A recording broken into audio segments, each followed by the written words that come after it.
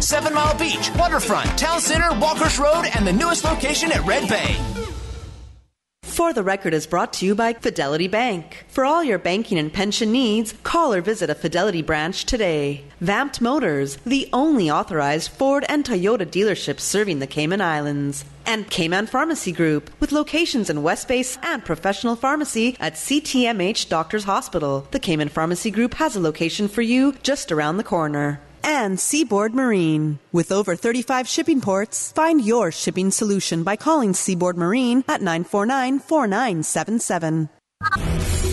Coming to you live from Radio Cayman Studio. For the record. For the record. For the record. Hear from your government officials, independents, and the opposition on issues that matter to you. For the record. Engage in an open dialogue between residents and lawmakers. For the record. For the record. For the record.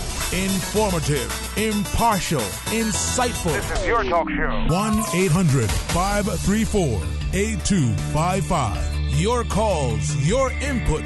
This is For the Record. And now, your host, Orrett Connor.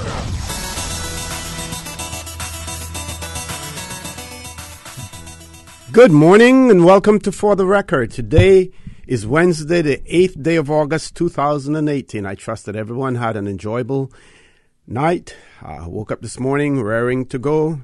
We had some showers during the night, all welcomed as well. We see drought occurring in all over the world now. Australia has been declared a drought state. The whole of Australia is dry, so we're very thankful for the showers that we get here in the Cayman Islands. I want to thank you, our listening and viewing audience, for allowing Radio Cayman and, by extension, For the Record into your homes, into your vehicles as you traverse the busy roads of the Cayman Islands, into your places of work, whether it be an office cubicle or if you're working in the outdoors. For the Record is a show produced by the staff and management of Radio Cayman, and it is geared towards keeping you abreast of issues as they arise and play out on the local, regional, and international scene. I'm your host, Orrett Connor, and you're welcome to join me every Monday, Wednesday, and Friday from 7:30 a.m. until 9:30 a.m. During those days and at that time, our phone lines are always open. There's always someone there waiting to take your calls. With Miss Susan on leave, it is now DJ Lynn who's behind the controls.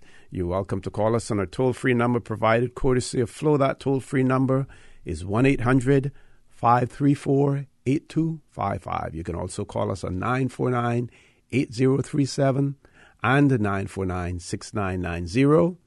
If you don't like to talk on the telephone, we have our other conveniences for you. You can email us at fortherecord@candw.ky.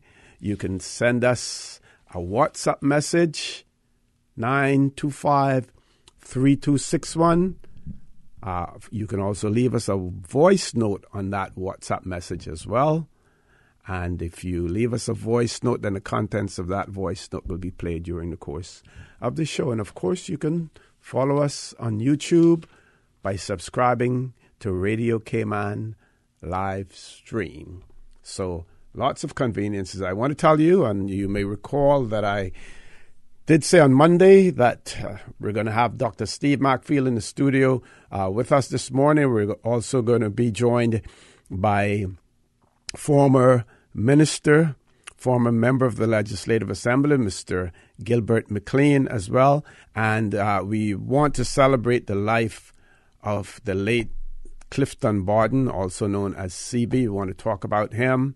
Of course, Mr. Gilbert McLean, being a political historian, being a politician, Dr. Steve Macfield also being a political historian, and all the other things that we can say about him, a constitutional expert, forelock, all of those things.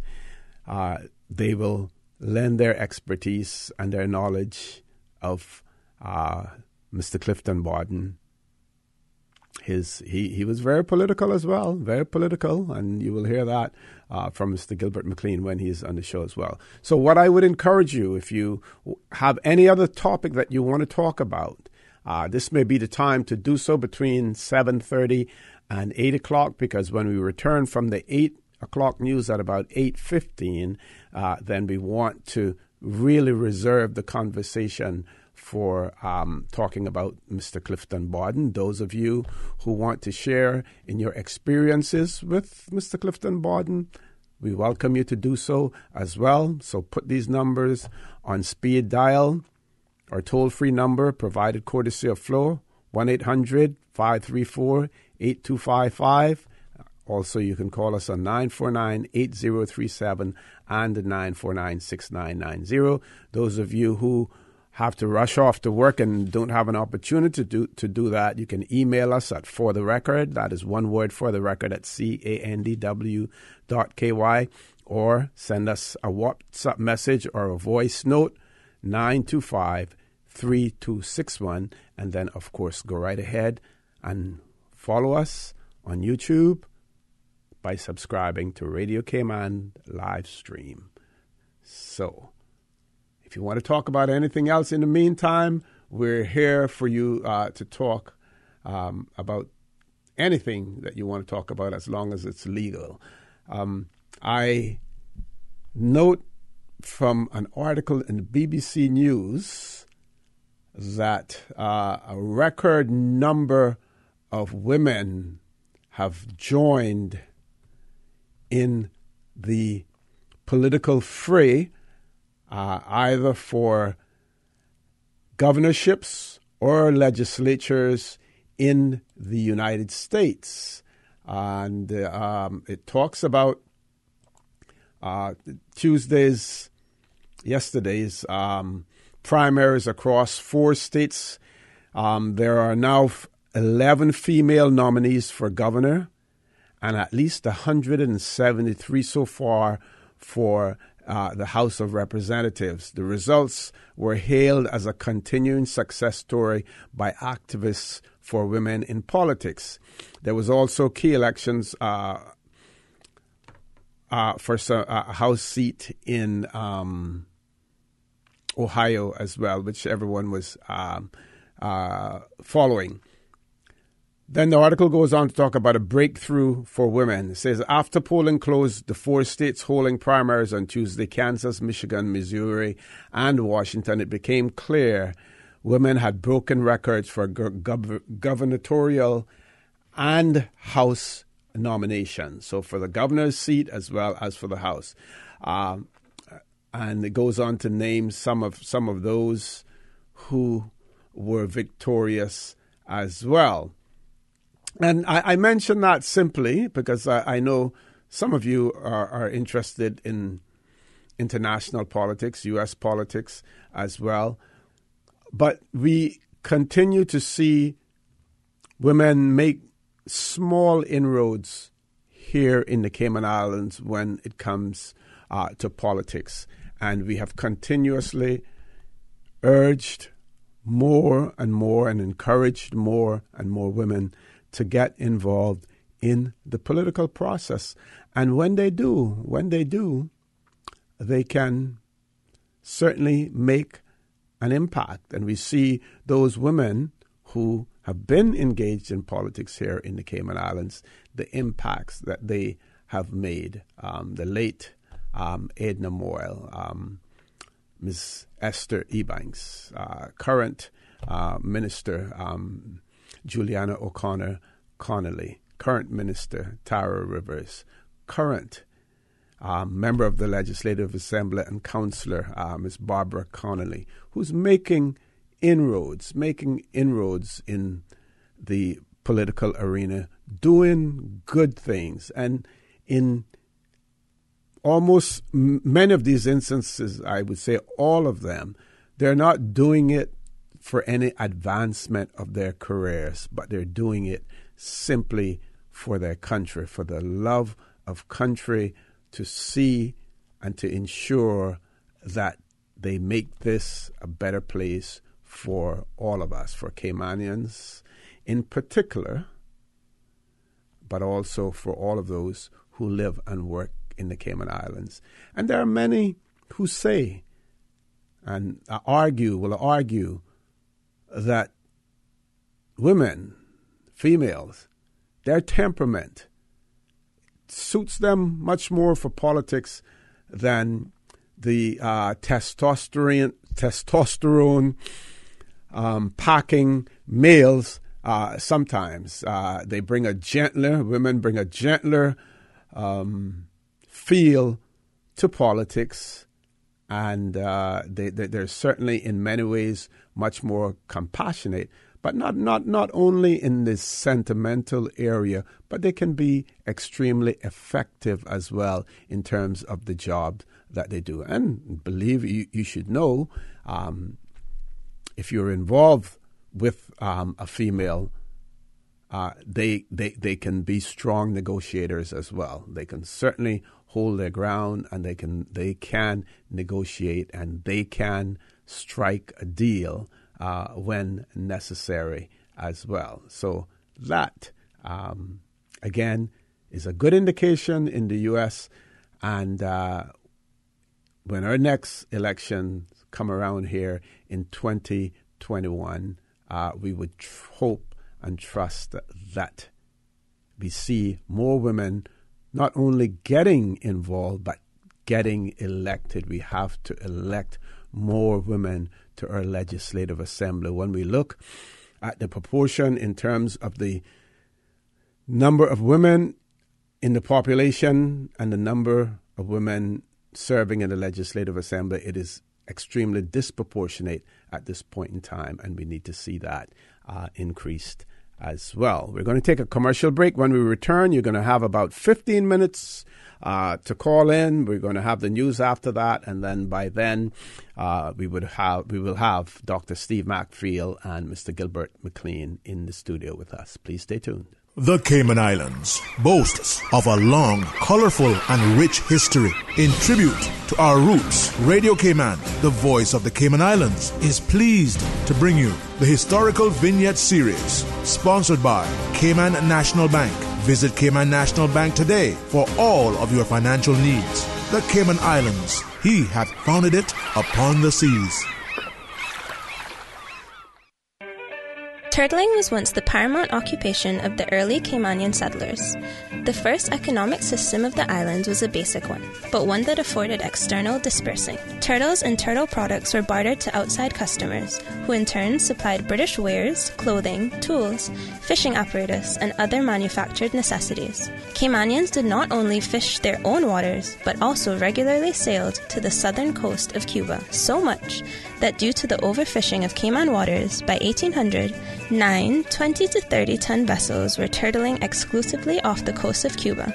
After the Cuba waters became sparse, the fishers continued their pursuit further south to the Mosquito Key and the Central American coast. Information from this historical vignette was sourced from the Maritime Heritage of the Cayman Islands by Roger C. Smith. Radio Cayman's Historical Facts Vignettes are proudly brought to you by Cayman National, with branches on all 3 Cayman Islands. Visit Cayman National Bank today for all of your financial needs. Why rush around paying bills when you can pay most of your bills online? Cayman National offers an extensive list of service providers. Visit CaymanNational.com and log on to our personal or business online banking systems. Not an online banking customer? Contact their customer support team on 949-8300 for more information. A pharmacy is where you go for medicine and for the pharmacist's advice on how to take them. Here at CTMH Doctors Hospital Pharmacy, our pharmacists are trusted health professionals whose job is to help people receive the best results out of their medicine. They know exactly what's in your prescriptions and will be happy to answer any of your questions. You can be sure that our pharmacists will see that your medicine is at the right strength, in the right dose, and will check that you yourself know how to take them or use them properly. Come in today for a consultation with our pharmacist at CTMH Doctors Hospital Pharmacy, where we care about your health. Did you hear that Vant Motors has your sale going on now? And you get your choice on the money you'll save on your new car or truck? My sale? My choice? Really? Yeah, and they have lots of cars on sale, some up to $7,000 off. Sounds pretty good. It gets even better. You can choose to take the full discount, or you can get some or all of it as cash back. Extra cash back would be great. Exactly. And you can even use the savings to extend your warranty or service plan so you'll drive worry-free for years longer. Another good idea.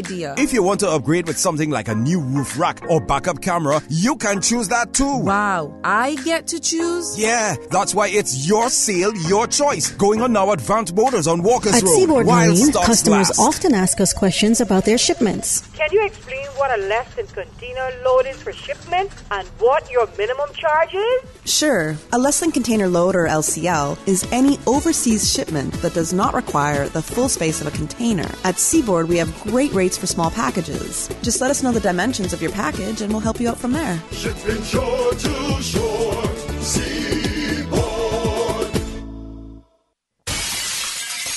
Sometimes things just don't go as planned. That's why you need Contractors All Risk Insurance from Fidelity Insurance Brokers. Ensure you're covered in the event of property damage and third-party injury or damage claims during your construction projects. And with Fidelity Insurance Brokers, you can be sure you are getting competitive pricing and superior customer service. Call us today for a free quote. Fidelity, we're good for you.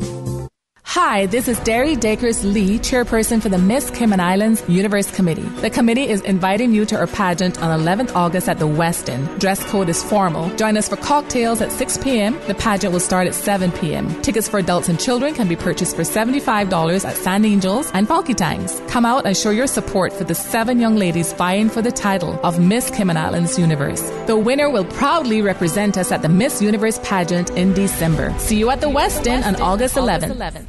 System 1 loaded. 1-800-534-8255. What is on your mind when it comes to the government, independence, and the opposition? Issues that matter to you. 1-800-534-8255. Waiting to hear from you. For the Record, with your host, Orrett Connor. Good morning and welcome back to For the Record. No guests in the studio yet, but we will have Dr. Steve McPhail and Mr. Gilbert McLean with us after the 8 o'clock news. Meantime, we have our phone lines open, give you an opportunity to call in, talk about whatever you want to talk about, because we really want to limit the conversation when after the 8 o'clock news to talking about Mr. Clifton Borden with Dr. Steve McPhail and Mr. Gilbert McLean.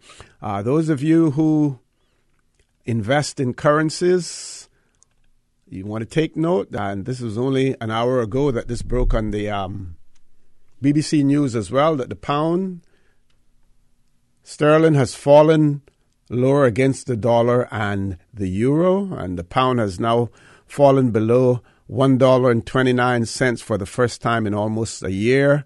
On continuing worries, this is because of worries Britain will leave the European Union without agreeing to a trade deal. So that makes the confidence in the pound, in sterling, the value of it, to be less, confidence to be less in sterling. Now, I believe, and I'm not a financial expert, but I believe that when you see currencies drop like this, that is the time, for you to buy those currencies when they're cheap, as opposed to when they're high. So if you're doing a conversion, if you're traveling to the UK, this is the good time now to buy the pound because you pay less for it. But like I said, also, if you're dealing in currencies, again, this is a good time also. So the article goes on to say that sterling also hit a 9-month low against the euro and was down against the yen and as well as the Swiss franc. Bank of England Governor Mark Carney said on Friday the chances of a no-deal Brexit were uncomfortably high. So as a result of what he said there, that had something to do with it as well. And then on Sunday, the International Trade Secretary, Liam Fox, put the odds at certainly not much more than 6-40 that there would be a trade deal as well.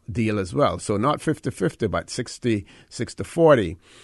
And says here that the fall comes despite a rise in UK interest rates, which usually pushes up the value of sterling when interest rates go up. So in this case, while the interest rates have gone up, the value of sterling has gone down, which is sort of an anomaly there as well. And of course, we know when interest rates go up, what happens here in this country and to those mortgage holders and everything else, and the astronomical rises that we see in mortgage payments when this occurs. And if you're just borderline when it comes to paying your mortgage, and you really don't have that much left over after paying your mortgage, which takes out a big chunk out of your salary, and then you see it jump by about $300, $400, $500 a month, that has a hell of a sting to it, and that is sometimes what causes people to get into problems as far as their payments are concerned, and then they sometimes fall into arrears if they don't go and sit down and talk with their bankers early enough to get it sorted out. So since the beginning of the month, the pound has fallen 1.7% against the dollar and 0.8% against the euro. Some are thinking, the article goes on to say, some are thinking in the market that the Bank of England raised rates in order to give them ammunition to cut them from the face of a no deal, said Neil Jones, a foreign exchange expert at Mizuho Bank. The next move by the central bank to be a cut rather than another hike. So he seems to think that this is really more of a manipulation than anything else in relation to it. But again, the main thrust of this argument is that the pound sterling has fallen again. So the value of it now is $1.29 is what you pay for £1 sterling on the exchange markets. Of course, if you go to those cambios and the kiosks at the airports and stuff like that, those what I would call rip-off joints, you end up paying much more. I recall once when I was in the UK and I went to one of the cambios to change money, and I was haggling with the clerk about it, and then he had the gall to say to me, what are you prepared to offer? So there at that point in time, I'm sure they're not doing it these days, but they were prepared to actually negotiate a rate. Goes to show you how flexible they are. So I guess it also depends on your face, what you look like. That may determine whether or not they charge you a high rate or a low rate as well.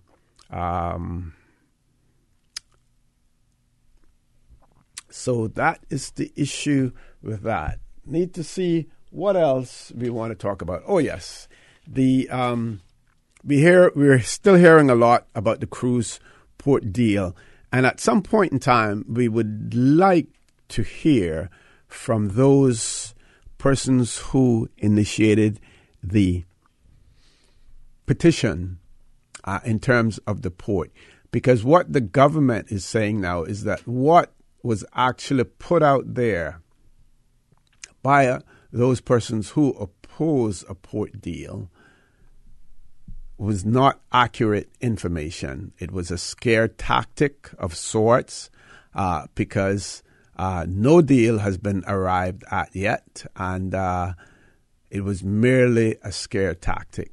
If you know different than that, then it would serve well for you to come forward and talk about it, because I believe that those persons who have been invited to sign that petition and those persons who have actually signed that petition need to know exactly what it is that they're signing, whether or not it is in fact whether it is factual that this is what has taken place, and you would then have to disprove what the government has said in that regard. But I stand by my comments in relation to it, and I maintain, and I've been on this planet a little longer than some of those who are opposing a port deal. I've been on this planet long enough, and this island long enough, to see when we fail to plan in advance what happens. I saw it when I was working at the Immigration Department, 1992. We did some renovations, added another building between 1992 and 1995, probably before that. Before we occupied the building, we had outgrown it. So what do you see now? You see people queued up outside, waiting to get inside to the Immigration Department. We have outgrown it. Saw it in 1983, 1985, the airport being built. Before we occupied it, we had outgrown it. What are we doing now? We're spending another $50-odd million. Some say more than that because of cost overruns, and we don't know what that is yet. But I'm sure we will get all of that at some point in time when the project is finished. I'm sure that there will be forensic examination of the books. I'm sure that the Auditor General's office will be looking at policies and procedures, value for money, and everything else, and the true picture in terms of what's spent on the airport will be known. But there is no doubt that we need to improve our cruise berthing facilities. Whether or not we need, and in so doing, we have to be mindful of the potential damage to the environment. So again, my plea to those who are opposed to cruise berthing, and for those who recognize that we do need an improvement to it, you need to sit down and we need to come to common ground, reach common ground on it. Those who have environmental concerns, then we need to address those as well. What we don't need is persons just going out there and trying to undermine the whole project without having an alternative proposition in mind as well. Folks, please stay tuned. We're going to our 8 o'clock news. When we return, I'm sure that Dr. Steve Macfield, Mr. Gilbert McLean will be in the studio, and we're going to have a nice discussion to celebrate the life of Mr. Clifton Borden, also known as CB. Thank you very much, Mr. OC. Time is now 8 o'clock, brought to you by Price Right. Price Right is Grand Cayman's warehouse shopping superstore, making your dollar go further with huge savings and no membership fees. Get more of the things you use every day at the right price. But it's not just grocery and health and beauty. Price Right has a full range of products from office to automotive, patio furnishings to kitchen appliances, and even electronics. And since warehouse prices mean savings for you, everything is priced right at Price Right, Grand Cayman's warehouse shopping superstore. The voice of the Cayman Islands. 89.9 FM in Grand Cayman and 93.9 FM in Cayman Brac and Little Cayman. Silver wings shining in the sunlight. Radio Cayman. Access. Information. Your community. News and information. Radio Cayman is your choice, your voice for today's biggest news. Radio Cayman.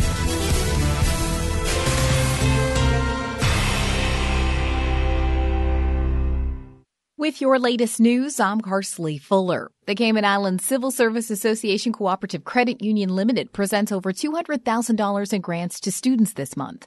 Radio Cayman's April Cummings has more. The credit union's annual educational grant program saw 209 applicants this year, and 166 of them received funds to the tune of CI $200,000. The grants were presented to the successful applicants on Thursday, August 2nd, at the credit union's main office lobby at 58 Hulda Drive in Georgetown. Credit union members or their children in good standing pursuing post-secondary studies locally, overseas, or online were eligible to apply for the grant. Grant member recipients were selected based on their academic record, character references, area of study, and level of community involvement. Credit union membership is available to employees of the Cayman Islands government, including statutory authorities and boards or bodies, as well as employees of local utility companies and their relatives. April Cummings, Radio Cayman News. Department of Tourism Inspection and Promotion Officer Yvonne Walter joins the list of recipients receiving the Chief Officer's Choice Award for the month of June.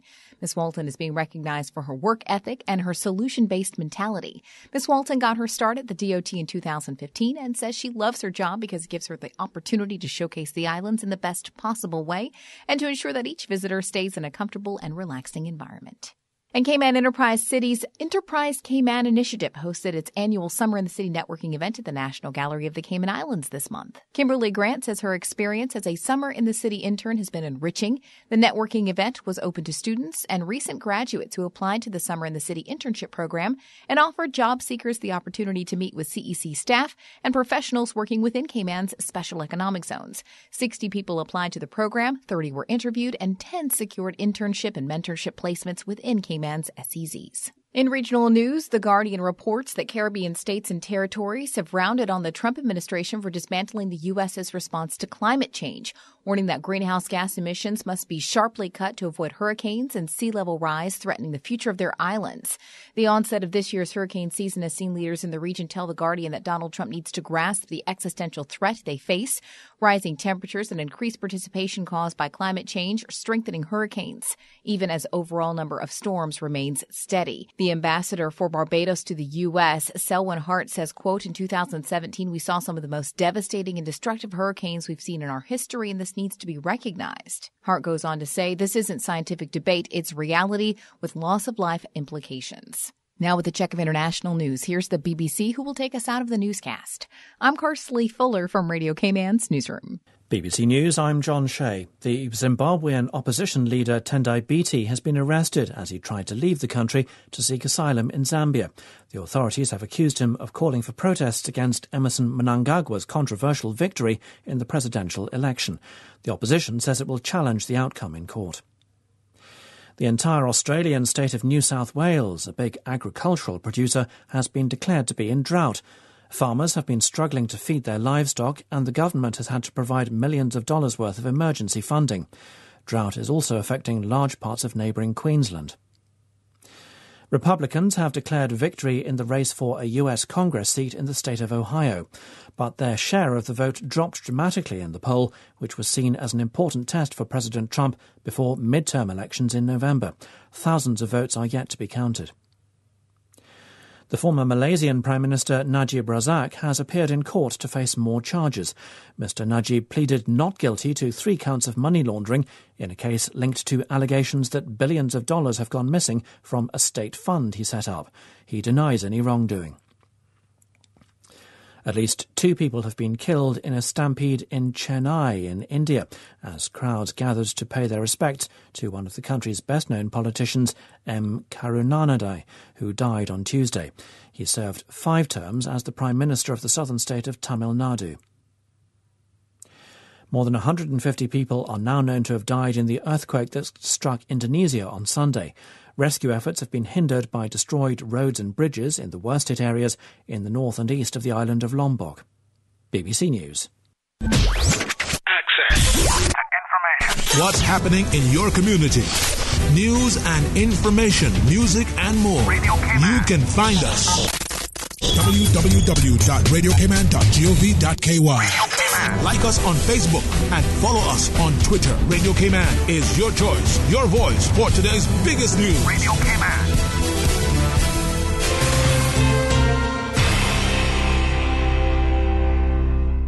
At Kirk's Home Center, we can make your life much better. We got it all together. We got a great deal in store for you. From cookware to stereos, from power tools to plumbing supplies. Yeah, we got the best goods with the best price and a service to make you smile. At Kirk's Home Center, we got a great deal in store for you. Hey, are those new glasses on Will? Yeah, we went to Optical Outlook. Wham, bam, easy exam. Finally, an exam he could pass. And we had the glasses the next day. Easiest part of our back-to-school shopping for sure. Book your child's exam today at Optical Outlook. Call 746-2020. Save 50% off a complete pair of glasses with any student eye exam. From now until August 31st. Come see the difference with Optical Outlook. Located in the Caymanian Village. Follow us on Facebook and Instagram. Shares were mixed in Europe and Asia today after the U.S. followed through with plans to put higher tariffs on $16 billion in Chinese exports. Keeping score, Britain's FTSE 100 gained 0.3% to 7,737. In Germany, the DAX slipped 0.1% to 12,636, and the French CAC 40 lost less than 0.1% to 5,518. The future contract for the Dow edged 0.03% higher to 25,706, while that of the S&P 500 was flat at 2,859. Looking at the day in Asia, Japan's Nikkei 225 index gave up early gains to fall 0.1% to 22,644, and the Shanghai Composite Index fell 1.3% to 2,744. Hong Kong's Hang Seng Index added 0.4% to 28,359. In energy, U.S. crude oil picked up 6 cents to $69.23 per barrel in electronic trading on the New York Mercantile Exchange. It added 16 cents to $69.17 a barrel in New York. Brent crude used to price international oils rose 2 cents to $74.76 a barrel. And in currencies, the dollar slipped to 110.96 yen from 111.37. The euro fell to 1.1559 from 1.1599. Did you know that improperly packaged garbage can cause injury to DEH garbage collection crews? Help preserve the health of our collectors by ensuring that your household garbage container weighs no more than 40 pounds when full and has proper handles to facilitate easy lifting. Avoid placing broken glass, syringes, or other sharp items with your regular household garbage. Instead, dispose of these items at the 24-hour drop-off site located at the entrance of the Georgetown landfill. Do your part. Keep our communities clean and our collectors safe. For more tips on proper waste handling, visit DEH website at www.deh.gov.ky. Your weather update after 8 is brought to you by Brand Source Home Gallery, creating elegant bathrooms with European-style fixtures and fittings. Good morning with a look at your latest weather update. Current temperatures on outside is at 84 degrees. Relative humidity is at 81%. Winds are coming in from the east at 8 knots. Barometric pressure is at 30.0 inches and rising. The overnight low last night was 76 degrees. Synopsis indicates isolated showers along with some thunder are expected across the Cayman area for the next 24 hours as a tropical wave moves west of our area. Radar images show no showers in the Cayman area. However, the forecast for today is partly cloudy skies with 30% chances of afternoon showers and some thunder. Temperatures will rise to the low 90s. Winds will be east to southeast 10 to 15 knots. Seas will be moderate with wave heights of 3 to 5 feet. Taking a look at tonight, partly cloudy skies with 20% chances of showers. Temperatures will fall to the upper 70s. Winds will be east to southeast at 10 to 15 knots. Seas will be moderate with wave heights of 2 to 4 feet. Currently we are under a high tide. Low tide takes place today at 1:16 p.m. and high tide later on again tonight at 7:58 p.m. Sunset today takes place at 6:56 p.m. Sunrise tomorrow at 6:05 a.m. Outlook is for similar weather conditions through Friday morning. This has been the official public weather forecast prepared by the Cayman Islands National Weather Service. and brand source.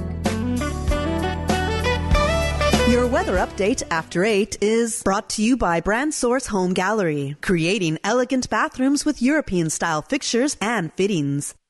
Brand Source Home Gallery has been appointed the exclusive Cayman supplier for Duravit bathroom products. Duravit is the leading international manufacturer of bathroom ceramics, tubs, and showers, recognized around the world for beautiful, functional products. Winner of top industry awards, Duravit collaborates with leading European designers to provide the most elegant and innovative bath products. If you're ready to bring style, comfort, and innovation to your bathroom, visit Brand Source Home Gallery to see the new Duravit showroom and meet the in-house bath designer. Whether you're planning a functional family bathroom or a personal spa retreat, browse the Duravit collection and be inspired. Brand Source Home Gallery, delivering a new standard in custom designed bathrooms. Brand Source Home Gallery, Dorsey Drive, Industrial Park. And as we take a look at the traffic on the outside, traffic cameras indicate if you're coming in from the east direction, heading across Lantern Point, as you get towards the roundabout, things begin to slow down just a little bit there. So use caution. As we look a little further up the road by the Kings Roundabout, moderate flow of traffic in all directions as you head on towards the Linford Pearson Highway or perhaps on the Old Crew Road section. Taking a look, a little bit of stop and go traffic right there by the Bob Thompson Way. And a moderate flow of traffic as you come off of the Linford Pearson Highway heading towards the airport area. Taking a look into Georgetown, all seems to be clear by Edward Street in the post office area, as well as off on Shedden Road. Taking a look at the CNB roundabout, clear traffic as you head in all directions. And as we take a look at the Butterfield roundabout, moderate flow of traffic heading on to Godfrey Nixon Way, as well as the Industrial Park area. No delays. And if you're coming out of the West Bay area, coming out of the Ritz, all seems to be clear. Keep a look right here as the Radio Cayman and keep buckled up for your latest traffic updates and more. For 50 years, Cayman Airways has been connecting the Cayman Islands to the world, welcoming visitors to our shores and taking residents to exciting destinations. Whether for well-earned vacations, productive business trips, or simply reconnecting with friends and family, Cayman Airways has been honored to be part of your lives for 50 years. Cayman Airways airfares are now on sale for some destinations for travel in the fall. Sale ends August 11th. Call 949-2311, contact a travel agent, or visit CaymanAirways.com. It's hard. Being a parent is demanding, not to mention trying to keep a roof over our heads and food on the table. I needed help, and the Ministry of Education was able to provide it for my child to attend preschool. From one parent to another, if you need financial help, submit your application today to find out if you qualify for preschool funding assistance. If you have a child who is 3 years old but not yet 4 by September the 1st, you may be eligible to receive funding. Application forms can be collected from the Government Administration Building, the Department of Education Services, all early childhood centers, and may be found on the Ministry of Education's website at www.education.gov.ky. If you need more information about this government assistance program, please do email ecap@gov.ky. That's ECAP@gov.ky, or call 244-5724. In local sports, the Cayman Islands will host the 2018 Caribbean Football Union Under-14 Boys Challenge Series later this month. The Cayman side will face Bermuda, Cuba, and the U.S. Virgin Islands at Ed Bush Sports Complex in West Bay from August 18th through the 22nd. On Saturday, August 18th, Cayman will play the U.S. Virgin Islands. On Monday, August 20th, it's Cayman v. Bermuda. And on Wednesday, Cayman will go up against Cuba. All Cayman games are at 7:30 p.m., and the side will be coached by Lovan Pello Joven. According to published reports, 29 teams from the Caribbean Football Union are playing in the month-long Youth Football Festival at 7 venues across the Caribbean. Savannah Jaquez hit a 3-run homer in the third inning to help the United States beat Puerto Rico 8-1 and clinch first place in Group A at the Women's Softball World Championship. Alia Aguilar also connected for a 3-run shot in the fourth to make it 7-1, and Michelle Moultrie hit a walk-off RBI single to end the game after 5 innings today. And Wayne Gretzky has been named a global ambassador for Beijing's Kunlun Red Star as the Chinese capital seeks to boost their profile of hockey domestically ahead of hosting the Winter Olympics in 2022. Gretzky will focus on youth development in China, including a planned KRS Gretzky Hockey School that will provide advanced training for players aged 8 through 17 in Beijing and the southern hub of Sichuan, eventually expanding to at least 20 locations nationwide. Red Star is China's only professional team and plays in the Russia-based Continental Hockey League. Initiating system. For information that matter, For the Record with Orrett Connor continues right now on Radio Cayman.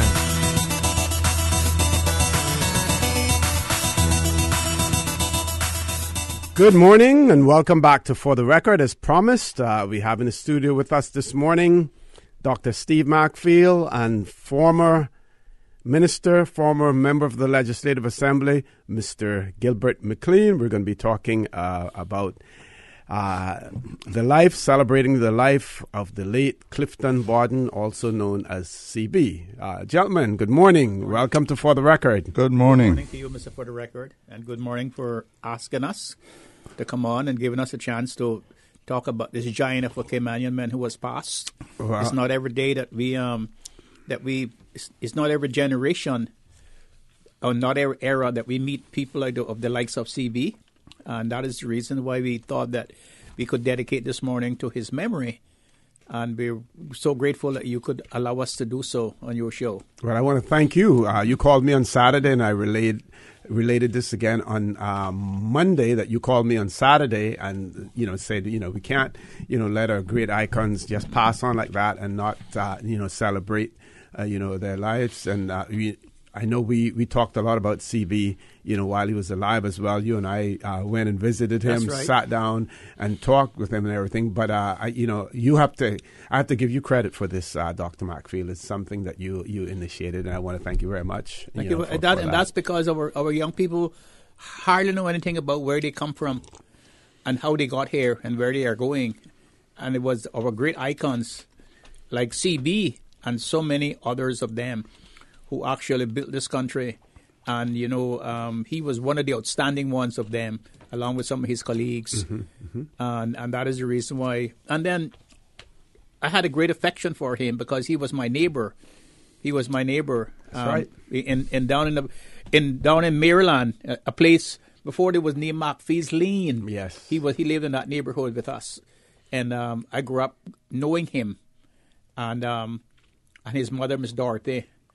And he was also the guardian of our neighborhood because when he was in the police force, he also looked after us to see that we went to school and that there were no complaints from our parents to him about us not coming home after school in the evening and keeping our uniforms clean. That was one of the most thing, because in those days you didn't have any washing machines. And no fab and no quick cleaning. Women had to use the scrubbing board to clean those uniforms, to wash this uniform and iron in the fire to iron them. And so that was the uniform to wear 1 or 2 or 3 days clean was a priority. And he saw that we didn't get them dirty and stay out in the streets. Yep. And of course, when you had white clothes, they would use the cans. Those days they used to have the cans that the coconut oil came in and different things. Right. They call it a boiling can. Right, and boil the clothes and wash them then. That's right. Yes, yeah. And he was always on top of everything for the whole neighborhood. Yep. Mr. McLean. Yeah, well, I knew CB over the years, not as early as Steve did, but I always admired him, and I absolutely enjoyed the conversations we used to have when he would talk about the Home Guard and what happened in those times, and how while they like had fun, although they were doing so serious a job in protecting these islands and during the time of the war and so on. I knew him too when he was at the Public Works Department. And CB was somebody that was well liked because he had that kind of personality that people would be attracted to.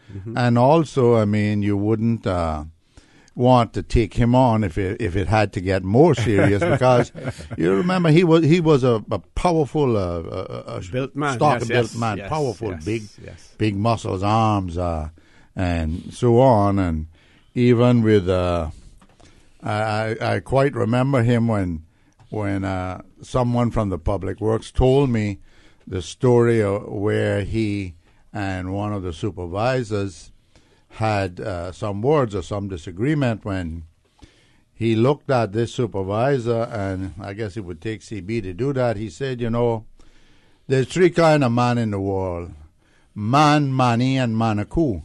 I'm a man and you're a manaku. So we got a definition of three different types of men.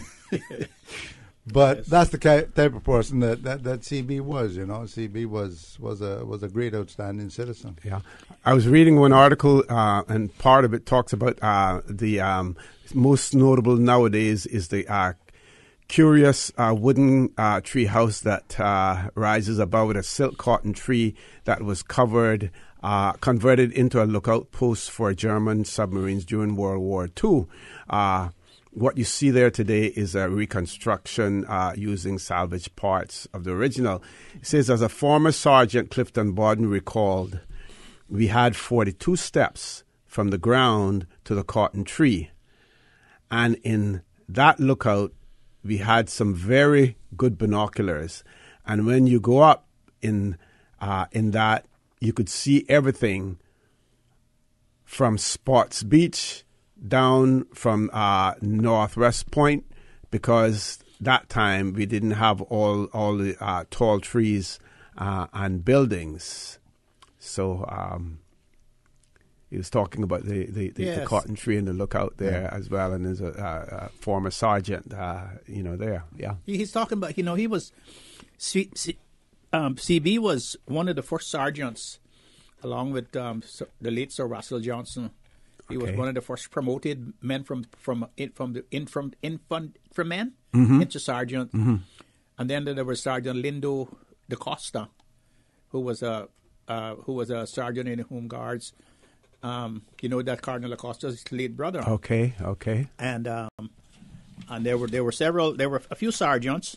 There were CB was one of them, Sergeant Lindo da Costa, and then there was CB, and then there were and then Sergeant Carla Nixon, who was a sergeant too, and then he became a policeman. He was already a policeman before he joined the the Home Guards. Okay. But CB was one of those men, I would say, that straddle the generation of iron ships and wooden men, and the men with rubber knees and closed lips, because it's very interesting how CB got his life started in Cayman, because CB was born in Isle of Pines. He was born in Isle of Pines, and a lot of Caymanians live in Isle of Pines at that time. There are lots of settlements with Cayman. There's one particular settlement that's still there, and it's called Jacksonville, and that was populated by a lot of the Jackson family from Cayman Brac. They went there to seek turtle, and then they formed this society. I saw a documentary on it the other day. But CB came back to Cayman after the war, the outbreak of the war. He says that they were worried about the Germans invading Isle of Pines. That was a rumor that the Germans were going to invade Isle of Pines, and so CB and a whole lot of Caymanians came to Cayman. They fled Cayman to Cuba to Cayman, and they came on the Rembrandt.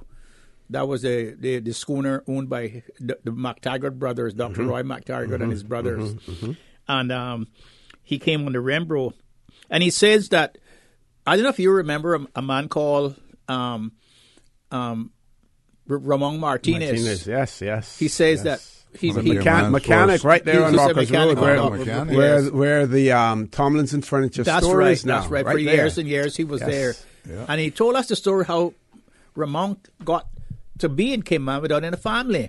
Ramon had no family ties to Cayman when he came here. And they say that when the Rembrandt put out to sea, they discovered that Ramon had been stowed away in the hold of the Rembrandt, and they decided to bring him anyway. And so they brought him. And CB came. He lived with his mother and his parents down in Maryland. And soon after that, he joined in 1941. 1941-42, when the Home Guards started to join the company of the Home Guards. Now, CB, when he left Isle of Pines, he was about 19 years old. Okay. When the Home Guards, that was just after 1939. So when CB joined the Home Guard, he must have been in his early 20s.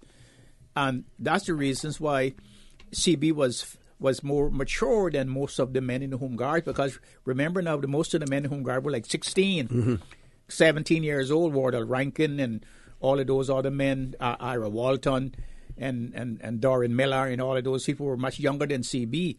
And so CB came. And CB worked his way up in the Home Guards. And, CB was one of the few people, along with the late Sir Basil Johnson and Mr. Roddy Watler, that were sent to Jamaica for further training by the Home Guards. They were sent there to learn. And CB was sent there to learn the art of gunnery, because he was a good gunner, and they sent him there to train on the big guns, and on the big guns and so forth. So one of the reasons why I'm so passionate about his life and times is because compared to today, can you imagine CB had just out of his teens and carrying rifle and bayonet and in charge of the big howitzer guns and up in the tree house in a cotton tree looking out for German submarines, and carried in for his king and his country, Compare that to today, with the young people carrying guns, not to protect their country and protect their family and to serve their king and country, but they are today carrying guns to kill each other. Yeah. And that is the difference between CB when he was a young man and all of those young men today. And that is why you have to separate the sheep from the goats, and the tares from the chaff from the wheat from the wheat. Yeah. And so that's the reason why those men cannot be forgotten. They are our great heroes. And can you imagine that the island, those men, 16 and 17 years old, their whole idea was to protect these Cayman Islands from invasion. And today, when you have all of the most sophisticated equipment, we can't stop a few canoes from coming here, unloading their ganja and their guns and stuff, and creating havoc. So that is why some of the things that CB is very important to our existence and our knowledge of what happened in the past, to tell us how we got here and why we are here. And what I'd like to say, because one of our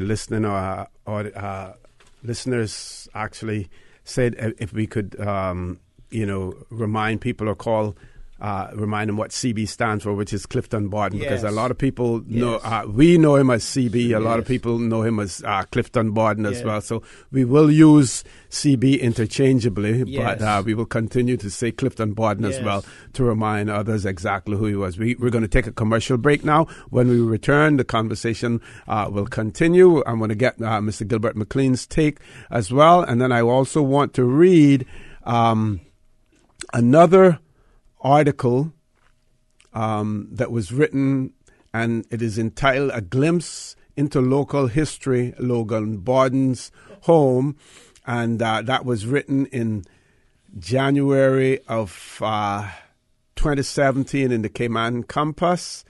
And I think Miss Jewel Levy interviewed CB, and he had a good story for her on that as well. So, folks, please stay tuned. When we return, the conversation will continue. We're celebrating the life of Mr. Clifton Borden, also known as CB.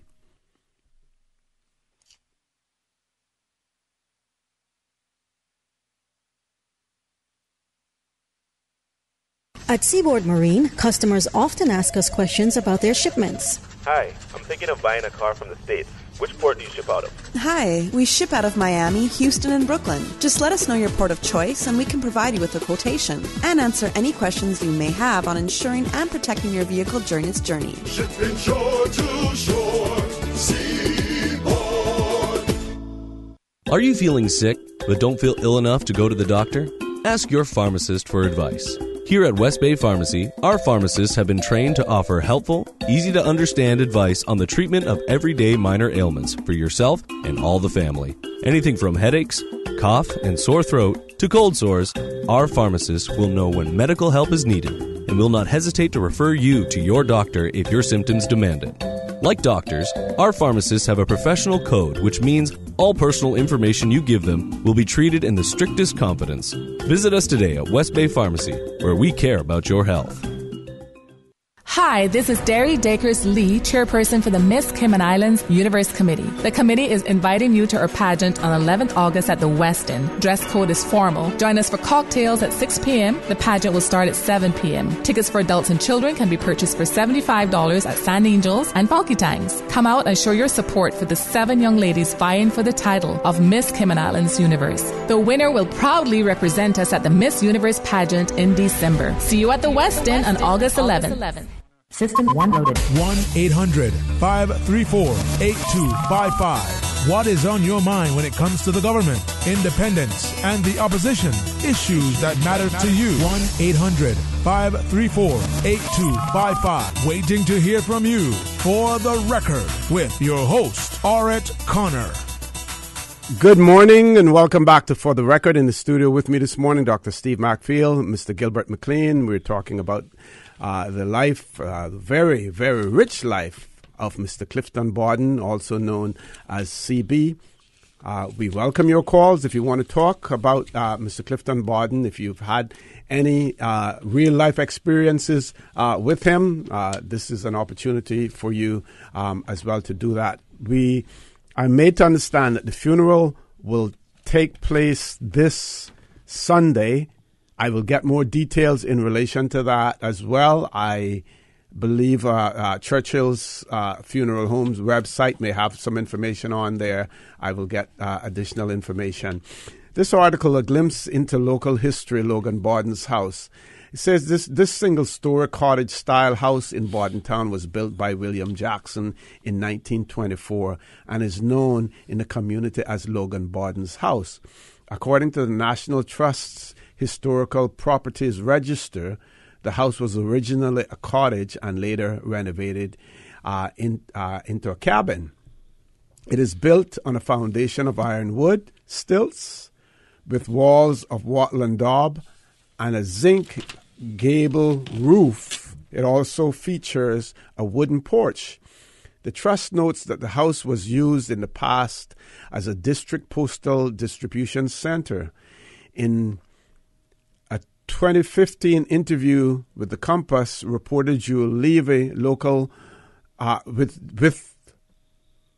Compass reporter Jewel Levy, local World War II veteran Clifton Borden shared an amusing anecdote about the house's role in this capacity.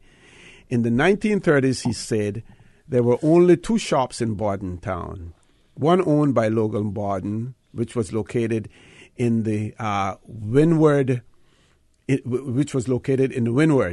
today regarded as Central Bordentown, and Bill McCoy's shop, located in the Leeward, down past Guardhouse Hill.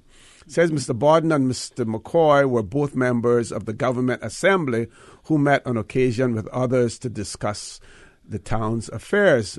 Mr. Borden was a Justice of the Peace who sat on the right-hand side of the room in the Bordentown Town Hall where meetings were held, and Mr. McCoy, a vestryman, sat on the left. It so happened that Mr. Borden's wife, Dina, was the town's postmistress. Their house was located next door to the little Bordentown post office, and whenever Mrs. Borden felt like going home to wash, sleep, or cook Mr. Borden's dinner, she would just close the office no matter the hour or time according to Mr. McCoy, when the mail came, and this is all being related by CB, right? Yes. According to Mr. McCoy, when the mail came, she had a habit of taking it down to her kitchen, and when people came to collect their mail, she would send them round to the kitchen window to collect it.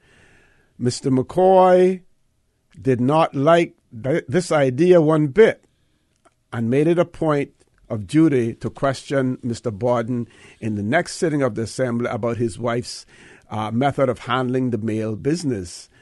At the meeting, Mr. McCoy reportedly said, "Mr. Logan, how Miss Dina is being paid and she's passing the mail out her kitchen window to customers. By golly, she can't do that."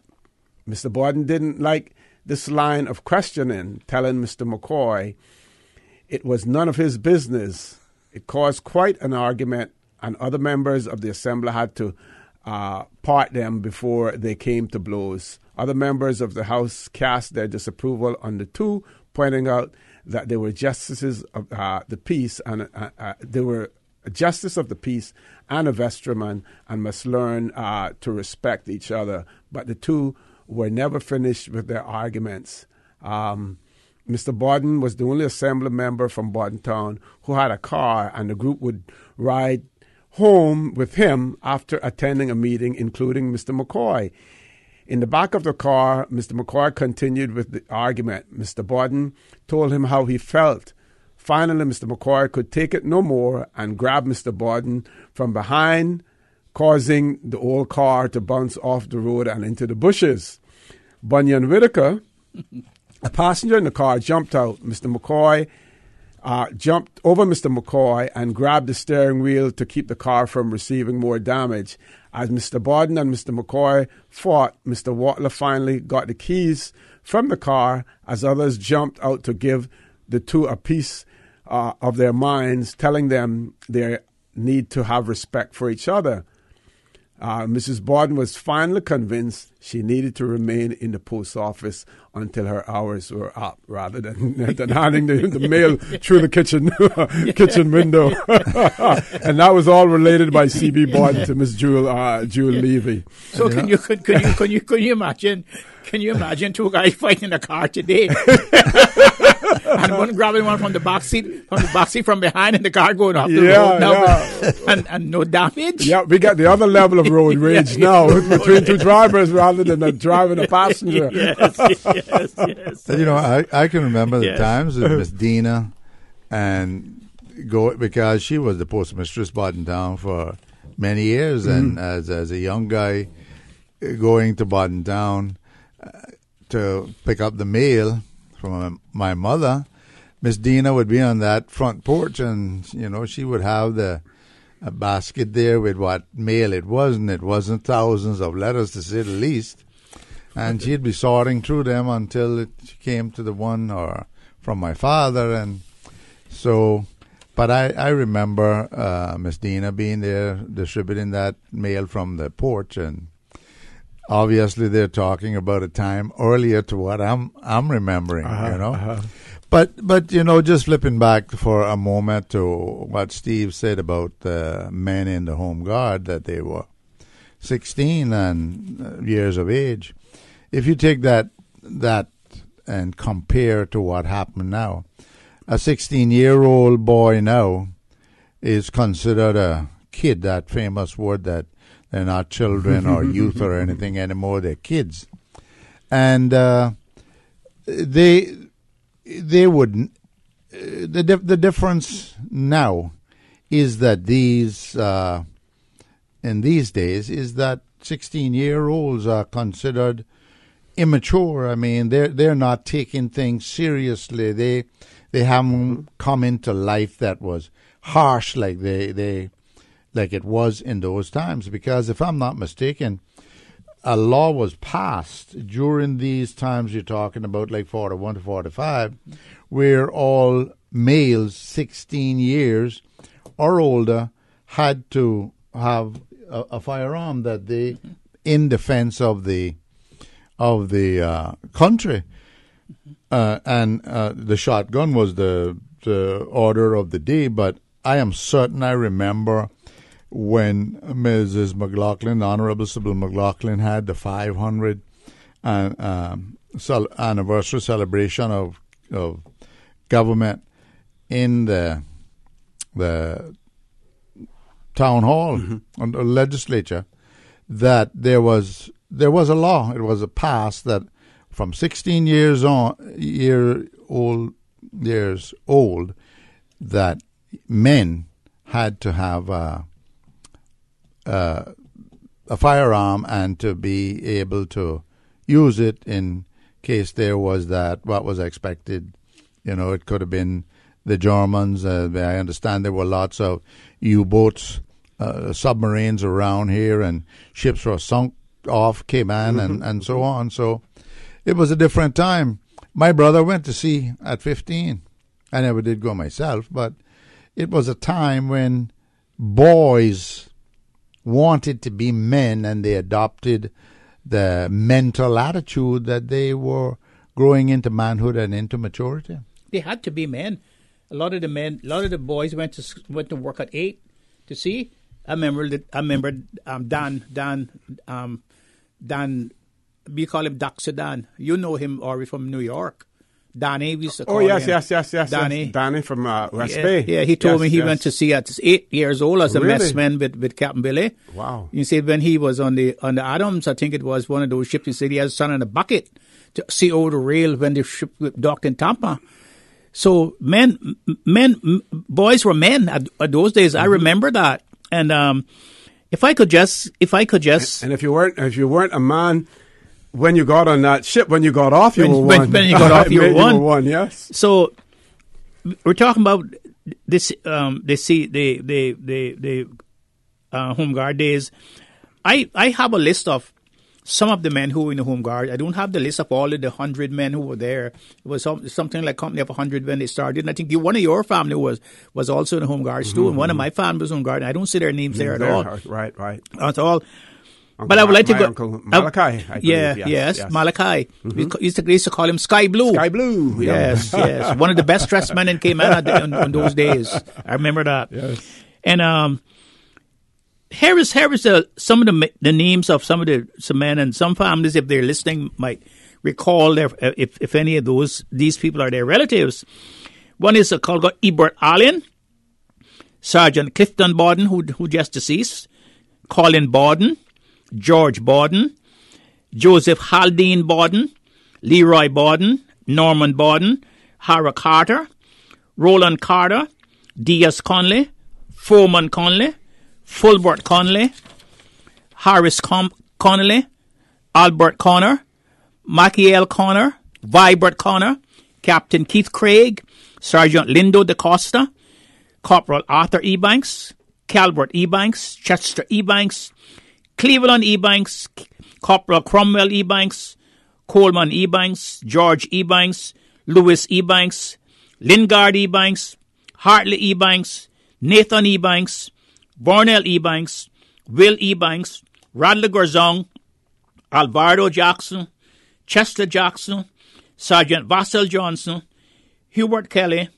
Irwin McField, Aldrin McLaughlin, Carlisle McLaughlin, Delbert McLaughlin, Dutchy McLaughlin, Dorrin Miller, Lavine Miller, Linwood Miller, Sergeant Carly Nixon, Harold Parchment, John Parchment, Arlie Powers, Delhart Powers, Norland Porter, Daniel Rankin, Vordell Rankin, Carcel Rivers, Roy Rivers, Ayuda Scott, Norland Smith, Albert Solomon, Louis Solomon, Corporal Robert Soto, Ellsworth Terry, Ira Walton, Major Joseph Roddy Watler, Harvey Whitaker, Jim Whitaker, Linton Whitaker, Ornan Whitaker, Earl Wood, Edison Yates. Okay. Those are the names that I have so far. That I could find out. We have one caller. Can we squeeze the caller in before the break? Okay. Caller, good morning. Welcome to For the Record. Thanks for calling in.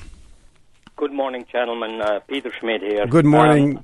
I just felt compelled to really call in and just re-emphasize that you have just talked about the solution to the problems that we have with some of our youth when you're talking about what was customary in the past. And especially the comment about you might not have been a man when you went on a ship, but you were one when you came off.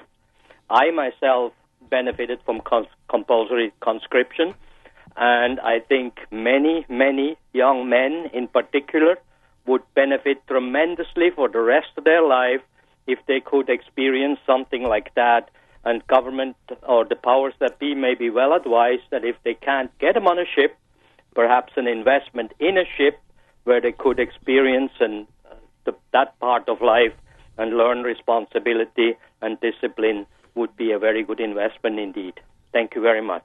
Thank you very much, Mr. Schmidt, for that. We're going to take a commercial break. When we return, I know Dr. McPhee wants to respond to that because he's certainly a strong proponent, of something of that nature as well as Mr. McLean. Please stay tuned for the record. We'll be back shortly. At Seaboard Marine, customers often ask us questions about their shipments. Can you explain what a less than container load is for shipment and what your minimum charge is? Sure. A less than container load, or LCL, is any overseas shipment that does not require the full space of a container. At Seaboard, we have great rates for small packages. Just let us know the dimensions of your package and we'll help you out from there. Shipping shore to shore.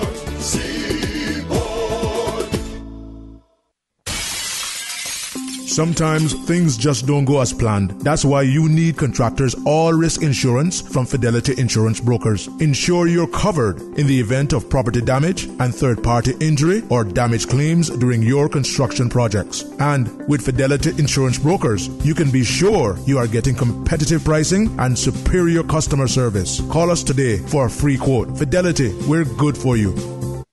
Did you hear that Vant Motors has your sale going on now? And you get your choice on the money you'll save on your new car or truck? My sale? My choice? Really? Yeah! And they have lots of cars on sale. Some up to $7,000 off. Sounds pretty good. It gets even better. You can choose to take the full discount or you can get some or all of it as cash back. Extra cash back would be great. Exactly. And you can even use the savings to extend your warranty or service plan so you'll drive worry-free for years longer. Another good idea. If you want to upgrade with something like a new roof rack or backup camera, you can choose that too. Wow, I get to choose? Yeah, that's why it's your sale, your choice. Going on now at Vant Motors on Walkers Road while stocks last. Initiating system. For information that matter. For the record with Orrett Connor. Continues right now on Radio Cayman.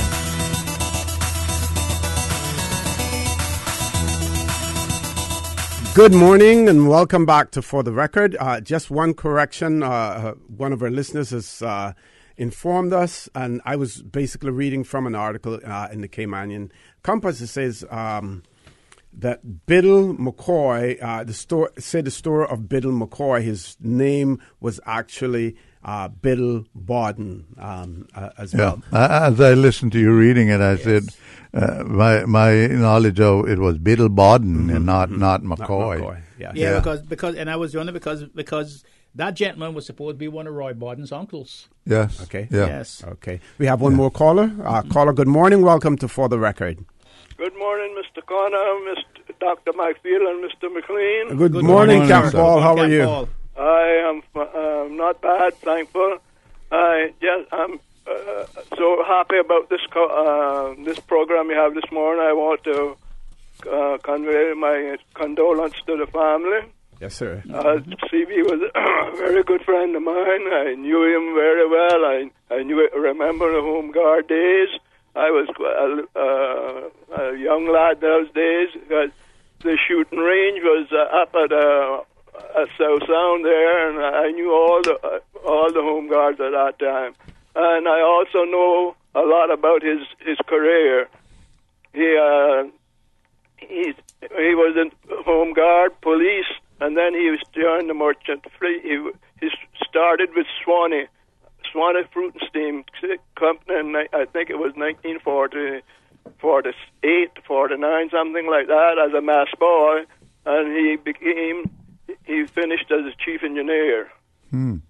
Chief engineer. CB was a good friend of mine, a hard worker, good man, and I visited a few years ago, not too long ago, and we kept in touch all along.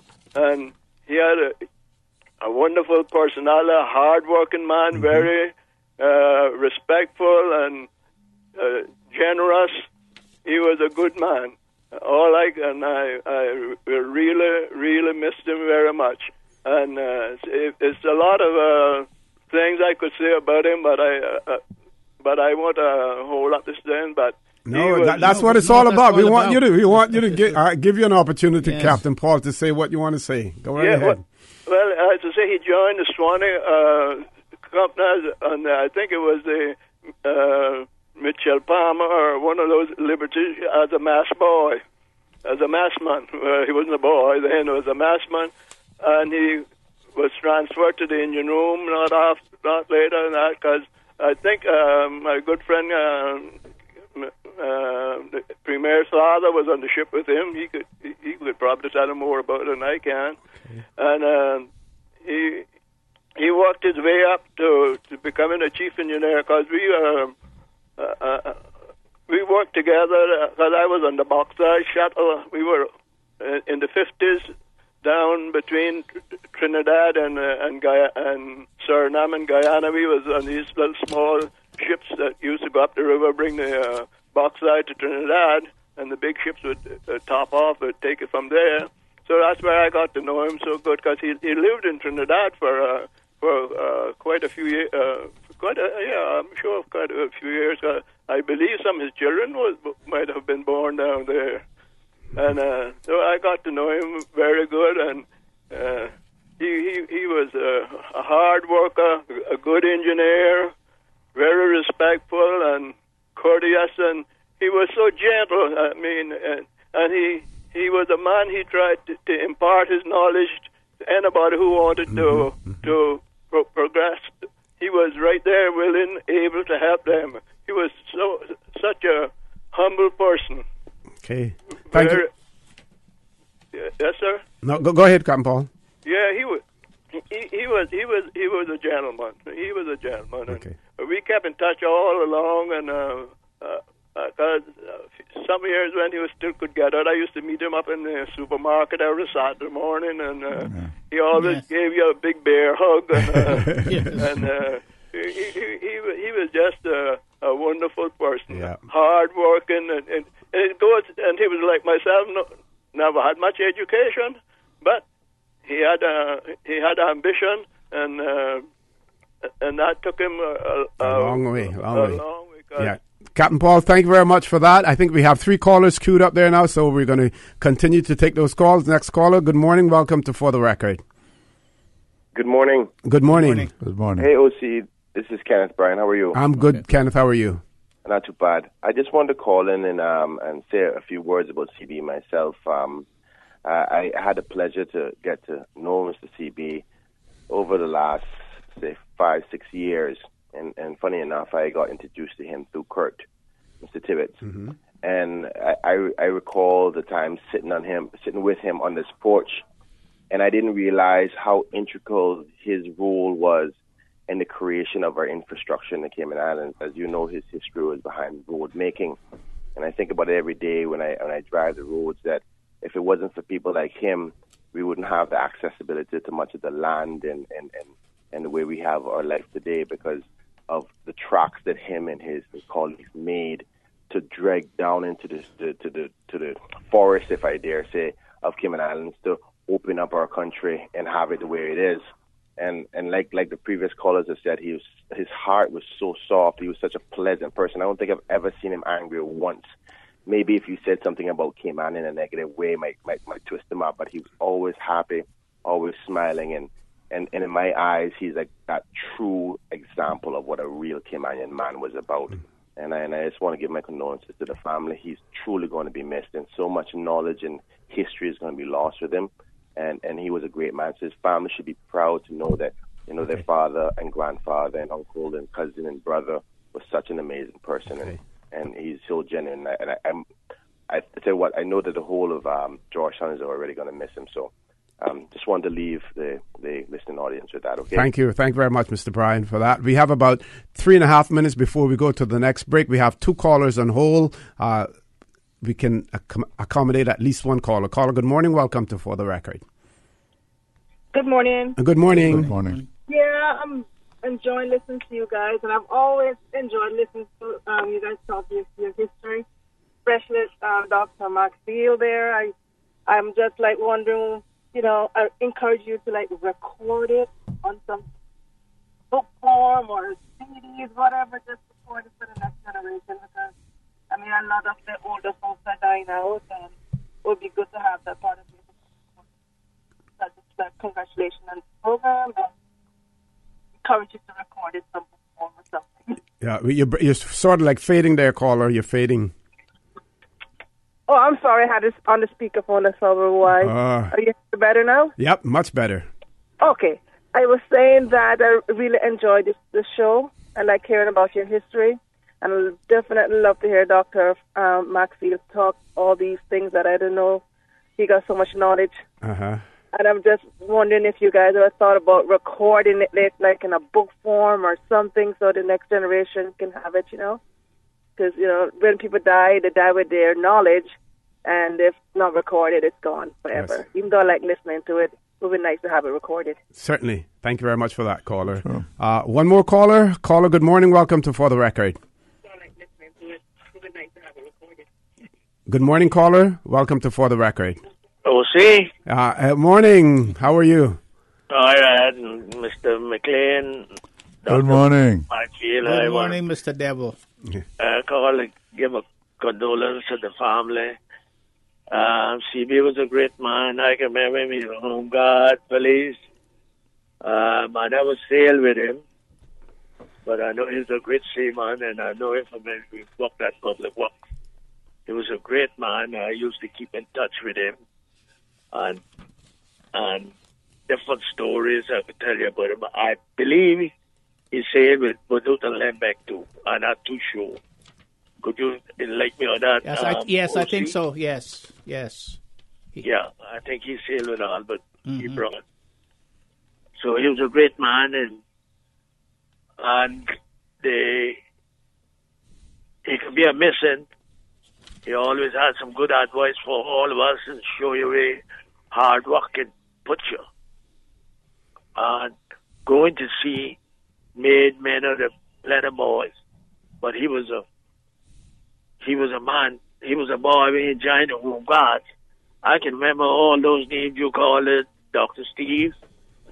Plenty of them was stationed at Marcus. Well, thank you. Then is Arthur Ebanks was one of the corporals. He was the Arthur Ebanks that we know that used to play cricket. Yes, I know him. I had Jim Whittaker and all those names that you called there. I can remember all of those people that was in the Home Guard. My memory goes back to 2 and 3 years old. Okay? My father left when I was 3 years old and got captured. I can remember a lot of things that happened before he left, so my memory goes back. But I know it's time to go to a break now. Yep. So I want to wish his family all the best, and he's going to rest now, okay? Thank you very much. Have a blessed day. Thank you very much, Mr. Ivan. Folks, we're discussing the life of the one and only Clifton Nevis Borden, who we sadly lost last week here in the Cayman Islands. Some more articles we have. This one was in 2011. Clifton Nevis Borden Remembers. That's part 1 of that. I would have to find part 2 as well. But lots written about CB as well in our local news. Please stay tuned for the record. We'll be back shortly after this break. If we have a caller, we're going to ask that caller to hang in there with us. As soon as we return from our headline news, which is very short, we will take your call. Radio Cayman. Radio Cayman's newsroom. Headline. These are the biggest stories right now. As part of ongoing efforts to better inform the public about its services, the Department of Environmental Health reminds all residents that they are responsible for disposing of their vehicles in an appropriate manner. This means don't leave derelict vehicles in a public space or in a way likely to cause or contribute to the defacement of the environment. All derelict vehicles need to be at the Georgetown landfill. Australia's most populous state, New South Wales, is now entirely in drought. A dry winter has intensified what's being called the worst drought in living memory in parts of eastern Australia. NSW produces about a quarter of Australia's agricultural output. It was officially listed as 100% in drought on Wednesday. And the largest wildfire ever recorded in California needed just 11 days to blacken an area nearly the size of Los Angeles. And it's only one of many enormous blazes that could make this the worst fire season in state history. Some 14,000 firefighters from as far away as Florida and even New Zealand are struggling to curb the 18 fires in the midst of a sweltering summer that has seen wind-whipped flames carve their way through national forest land in rural areas, threaten urban areas, and incinerate neighborhoods. Those are your headlines. I'm Carsley Fuller. Radio Cayman, the voice of the Cayman Islands. What's happening in your community? News and information, music and more. You can find us. www.radiocayman.gov.ky. Like us on Facebook and follow us on Twitter. Radio Cayman is your choice, your voice for today's biggest news. Radio Cayman.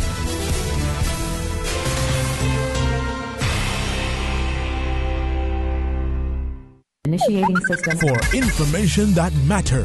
For the record with Orrett Connor. Continues right now on Radio Cayman.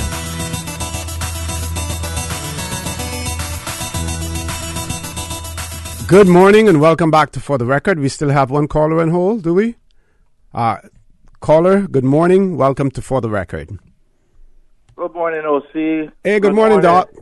Good morning, Steve. Good morning, Gilbert. Good morning. Good morning. Good to hear you guys again on the radio together. Yes. Yeah.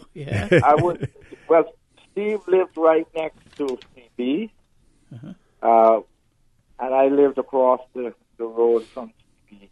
What is it now, Mackie Lane? Yes. Those days we didn't even have a track that was going through there that had any mile in it, That's right. That's right. Had to build that little road. So you remember that? That's Yes. right. That's right. You couldn't even ride a bicycle when you get down. You had to walk the bicycle. Yeah. And I remember Miss Dorothy, CB's mother. That's Granny right. Dorothy. We used to call her Granny Dorothy. Yes, right. She had all those coconut trees and these berry trees and That's right. all the trees of Columbus Green she had in her yard. She had some good shade trees too. And she had a parrot that used to talk all the time. Steve, you remember the parrot? Oh, yes, I remember the Dorothy parrot, yes. Yeah, Yes. and so, but CB was at sea most of the time, so we never really got to see him. And he has Julian, Marie, Yes. Lloyd, and Floyd. Oh, he only have 4 children. He was at sea all the time. And but one of the things I remember most about CB, because it'll stick in my memory for the rest of my life, is that he drove me to the airport in his truck in 1992. I think it was, when I was running away again, going back to Germany. Of course, I came back and got myself together and won the 1996 election. But CB was a politician. He was a strategist. He was like my brother-in-law, Albert Jackson. Oh, yes.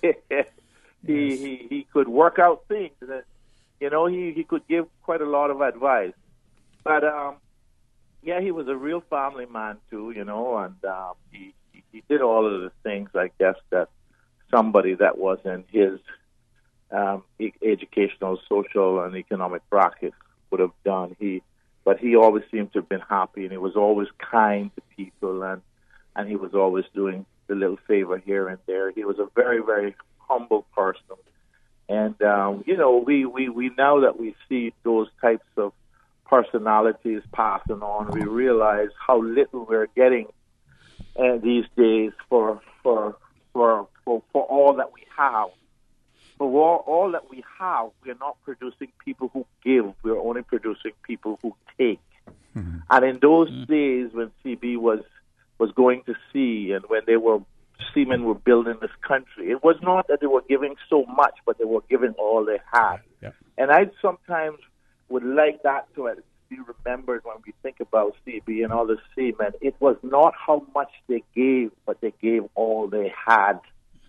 And today, we have people who don't want to give anything at all. I thank God for the kind of communal society that I was brought up in, and that people like Mr. Clifton Borden was Miss Gladys and them were a part of it. And I really sort of expressed my condolences to Floyd Owen, Floyd C., and Marie, and Julian, and all the other family members. And Thank you very much, Doc. Dr. Frank, you talk about politics.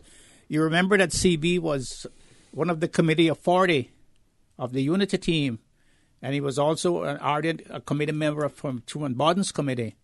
So he was in the know. He was in the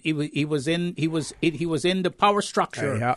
In the and I think I don't know if he was in the help committee, but I know he was in the Committee of 40.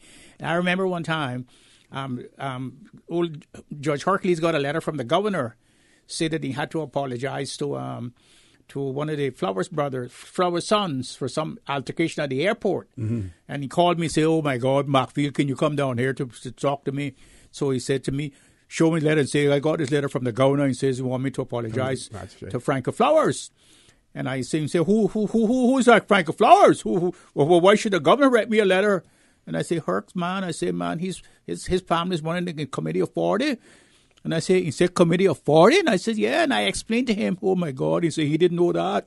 So CB was one of the Committee of 40 in the great Unity team. Yep. And he was a great ardent supporter of Truman Boden and Truman Boden's committee. Thank you very much for that, Doc. We have 3 callers, so we're going to try to get through all of those calls. Next caller, good morning. Welcome to For the Record. Good morning. Is that OC? Yes, it is. Good morning. This is Nellie Wells from West Bay. I, too, would like to add my sentiments to that. My dad, the late Bertley E. Banks, went to sea with Mr. CB. And I can remember the days when Miss Gladys and Miss Dorothy took my family up to Maryland to visit, sometimes all like 2 weeks at a time. I can remember the fruit trees. I do, like Dr. Frank, remember the parrot that could talk so well.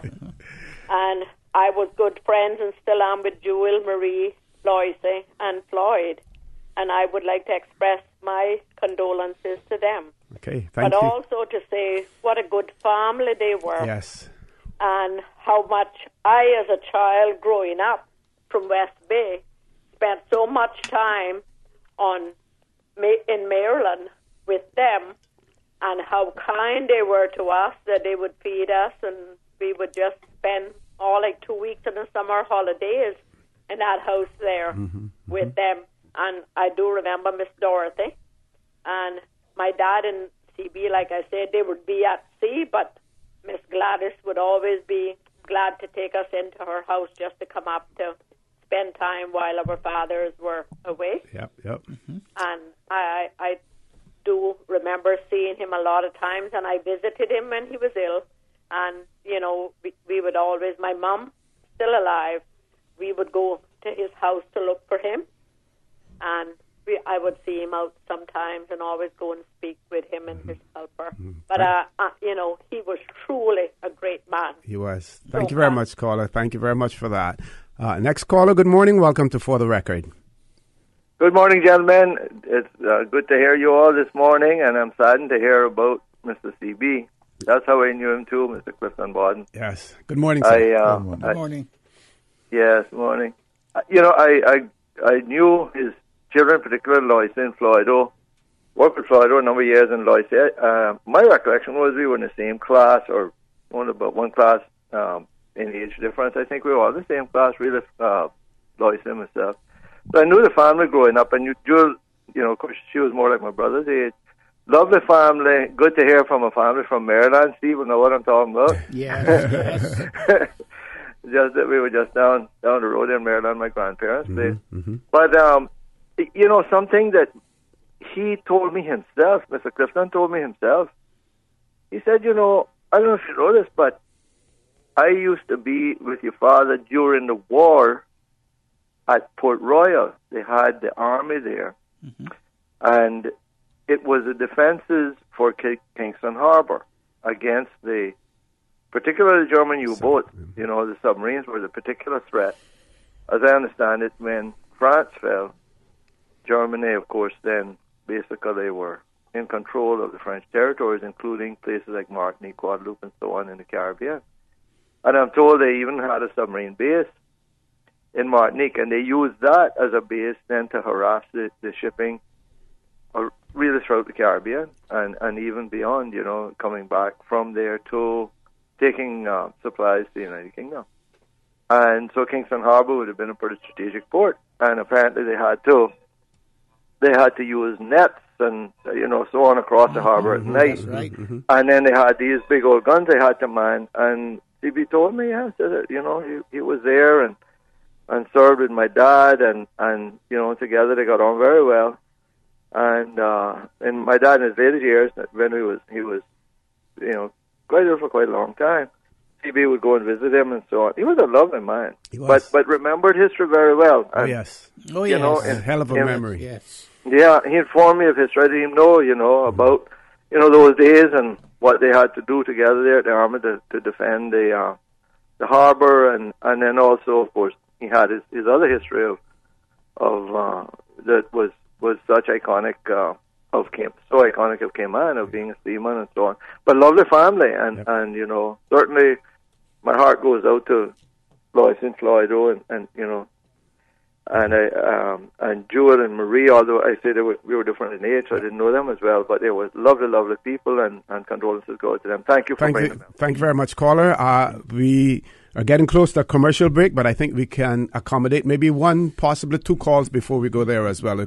Calls are all queuing up now. Next caller, good morning. Welcome to For the Record. Yes, good morning, Osi, and to Mr. Gilbert and Mr. McPhee, Dr. Morning. Good morning. Yeah, I too would like to send some condolences, and you know, to the Mr. Borden family, CB. We grew up right down the road from them, you know, so we were always back and forth to their place. I remember one time that my father took the two families to Borden Town for a garden party, somewhere about on Mans Road, I think it was. And we spent the whole day up there, and coming back down, we had a flat tire in the mosquitoes. We had to start out like almost a bonfire to get rid of mosquitoes with so many of us to fix the tire. Man, in those days it was no plug tire. You had to take out the tube and patch the tube. And I mean, those type of memories really flashing back to me now. And it was so nice to be around them people. I mean, Jewel, Marie, Lois, Floyd. I mean, Jewel and Marie is more like in my age group, you know, but we all seem to be like one big family on Mary Street, you know. And I'm sure Dr. McPhee can remember those days much clearer than me, but he was there long before me, but I guess, you know. So with that, I would want to say, you know, God bless the rest of his children, and I hope all the best for them. Thank you very much, caller, for that. They have lots of memories to you know, to keep with them, you know, while he's gone. We're going to take one more caller before we go to the break. Caller, good morning. Welcome to For the Record. Good morning, Mr. O.C. Good morning, sir. How are you all doing over Fine, this morning? yourself? Okay, good. Yes. Yeah, thankful to go on Mr. Mike Field and Mr. McLean. Thank you, sir. Thank you. And I'm good to hear Mr. Mike Field back in the studio again, and hope the good Lord bless him and continue coming to keep some company with you, Mr. O.C. Yes. And also Mr. McLean as well. A lot of people know me by voice, I guess, but I'll just say my name is Brett Abel Power. I'm just calling to send my condolences from me and my wife, Miss Sister Rita Power, and my whole family and the rest of the friends and brethren here in Cayman. He will be well missing, and I enjoy his time here coming looking for me. I'm being mostly shut in now most of the time, but I still can get out a little bit to the clinic and so on sometimes. Mr. CB, he was a very friendly and a sweet person. And I'm glad to know the people that called in and speaking such good words about him. And I know it not only just because he had passed away, that saying good things about him, but you could say good things about him while he was alive. I know him by working with Public Works. He used to be a maintenance man, then keeping the mixers and all that thing going full speed, look like most of the time. And also, I want to say that when they're speaking about the seamen, I was one of those kind of young ones when I went to sea too. I went to Muscogee when I was 13 years, wasn't quite 14, and Miss Frances Borden, she didn't have want to send me off at that time because I was still a schoolboy. But Captain Osbury Banks, he told Miss Francine, he said that he needs to go because his parents are getting right up in age. I am the 13 child.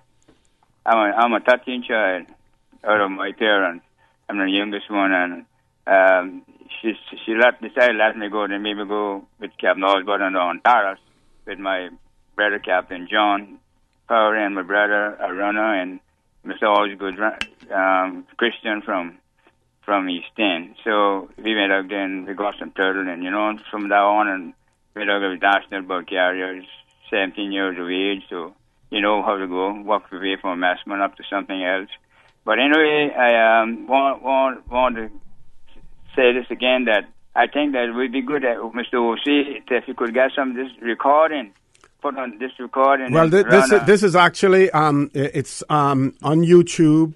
It will be played back on government TV as well. So we will have a record of it now. And once you keep a record of the date, which is the 8th of August, then you can always refer to it, and they will have access to it, sir. Okay, then thank you very much. I think Mr. Inspector Watson, he used to bring him around and make me and him and my wife and who else he had along with him. We had a good Christian conversation with him while he was alive. Yeah, very good. May his soul rest in peace. He would be a well missing. Thank you very much, caller. Thank you very much. Taking a commercial break now. Do we have any callers? We have one on hold, and then after that call, we're going to hold for a while because we need to get Dr. McPhail and Mr. McLean back with some of the material that they have as well. Please stay tuned for the record. We'll be back shortly. Not all insurance is created equal, but who has the time to shop around? Take the guesswork out of your insurance coverage with Fidelity Insurance Brokers. Let us match you with the best coverage to suit your needs at a price to suit your wallet. Plus, get superior customer service from dedicated claims professionals to ensure speedy claims processing. Get your insurance through Fidelity Insurance Brokers. Call us today at 949-7822 for a free quote. Fidelity, we're good for you. Did you hear that Vant Motors has your sale going on now? And you get your choice on the money you'll save on your new car or truck? My sale? My choice? Really? Yeah! And they have lots of cars on sale. Some up to $7,000 off. Sounds pretty good. It gets even better. You can choose to take the full discount, or you can get some or all of it as cash back. Extra cash back would be great. Exactly. And you can even use the savings to extend your warranty or service plan so you'll drive worry-free for years longer. Another good idea. If you want to upgrade with something like a new roof rack or backup camera, you can choose that too. Wow, I get to choose? Yeah, that's why it's your sale, your choice. Going on now at Vant Motors on Walkers Road, while stocks last. The Cayman Pharmacy Group provides you with more than just prescriptions. We strive to make your health our concern. We recognize the complexities of pharmaceuticals and the need to personalize your care. That is why we offer personalized one-on-one counseling. Our pharmacists are here to assist you with questions you may have about your health and the medications you've been prescribed. With West Bay Pharmacy and CTMH Doctors Hospital Pharmacy, the Cayman Pharmacy Group has a location for you just around the corner. We care about your health. Initiating system. For information that matters. For the record, with Orrett Connor. Continues right now on Radio Cayman.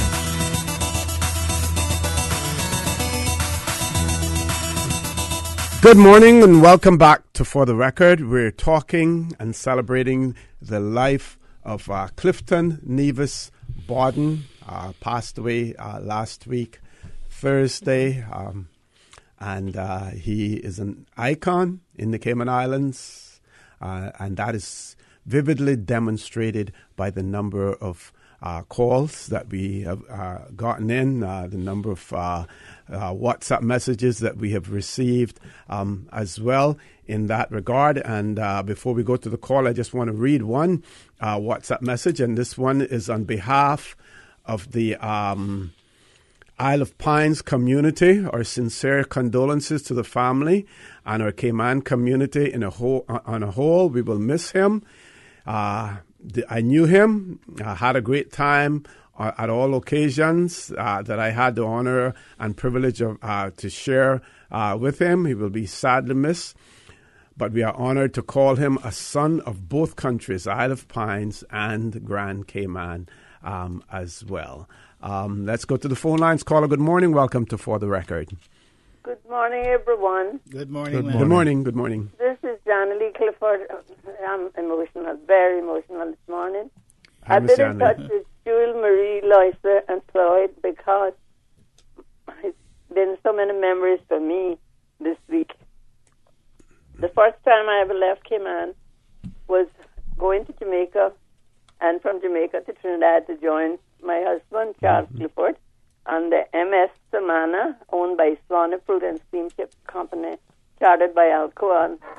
And they went up the Mongo River to Suriname to get a load of bauxite on the weekly run from Suriname to Port of Spain. So I went to Jamaica. Gladys joined me. My sister was getting married. In those days, people go to Jamaica. The sister that lives in the States. Mm-hmm.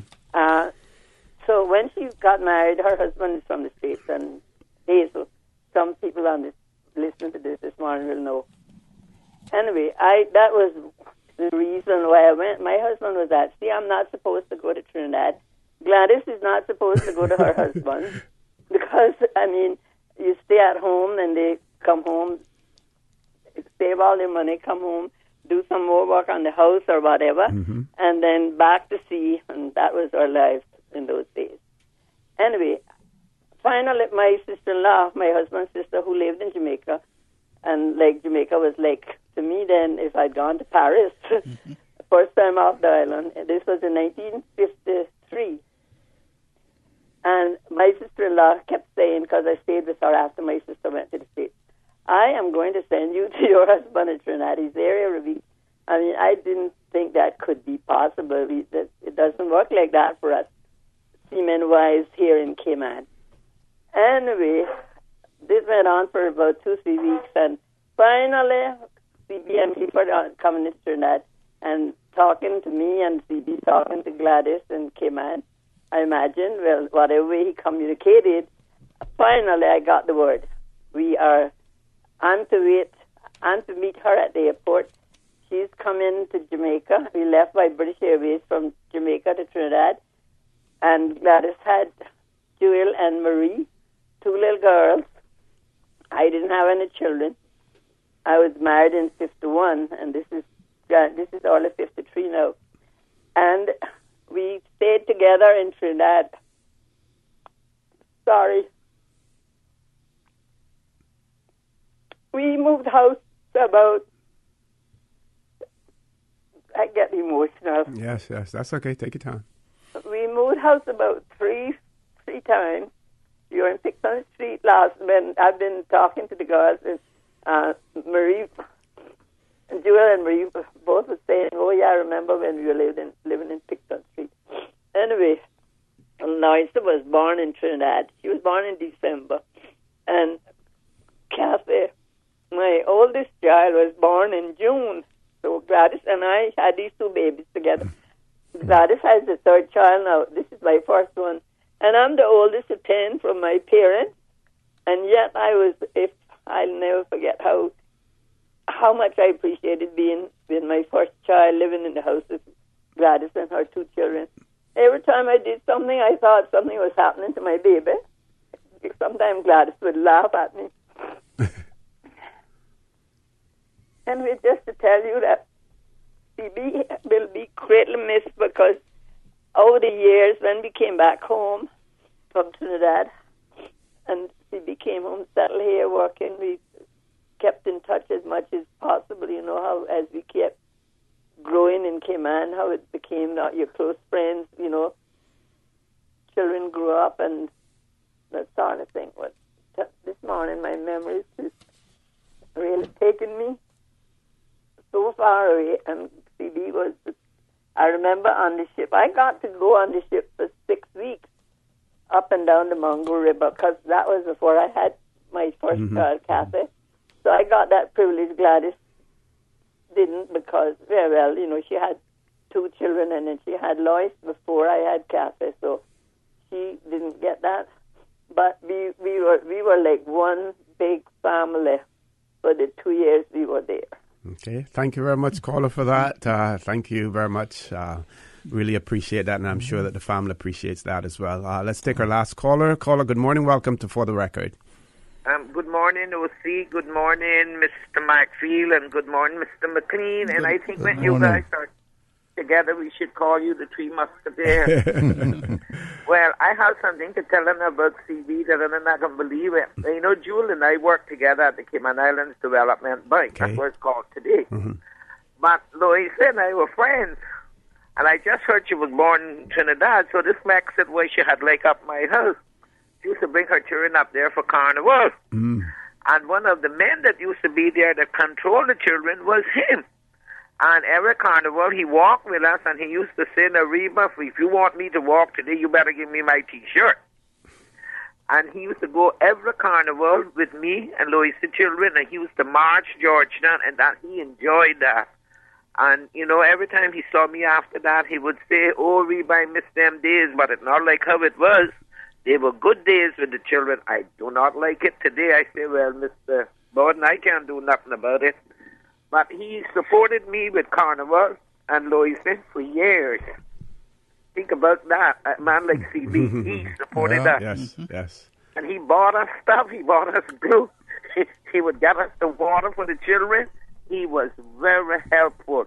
And he said they must learn, they must do something, and this is a good thing. Make them learn art because they're not teaching it in school. And he was there every year I did Batabanu. And I would miss him.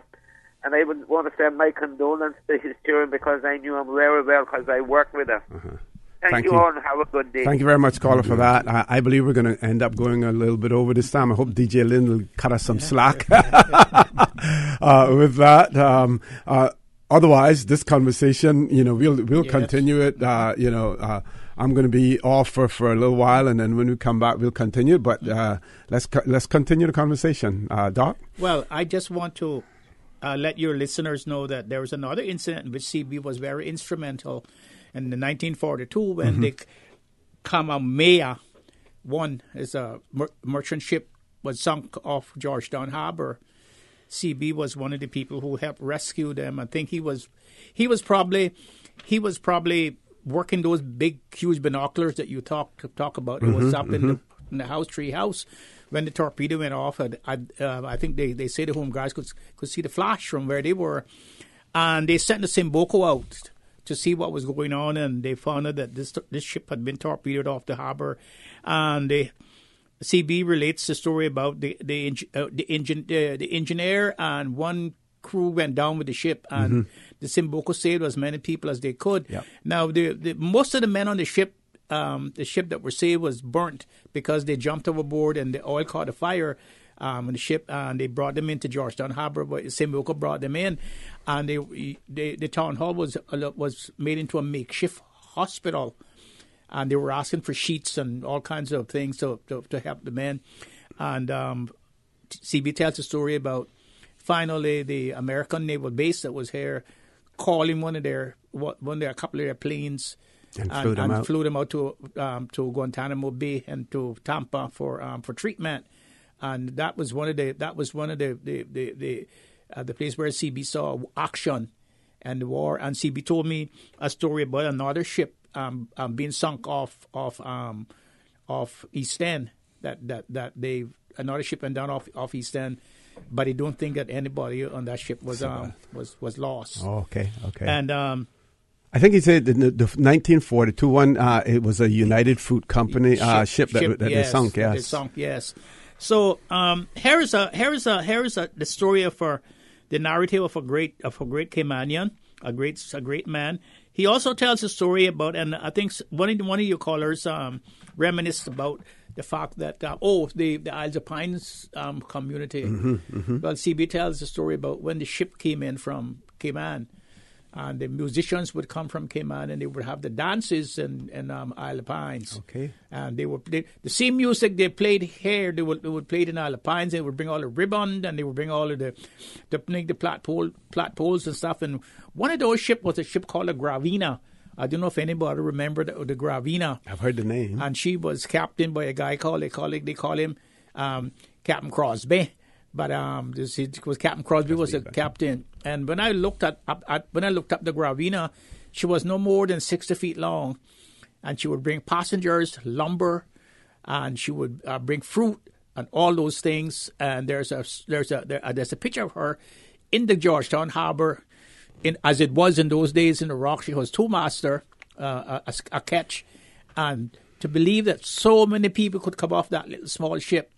And I remember my family buying socks of grapefruits and orange and plantains from the Gravina when the Gravina came in, and all the passengers would come in from Cuba, and the brown sugar and all that stuff would come in. In those days, the oranges used to come in the crocus socks.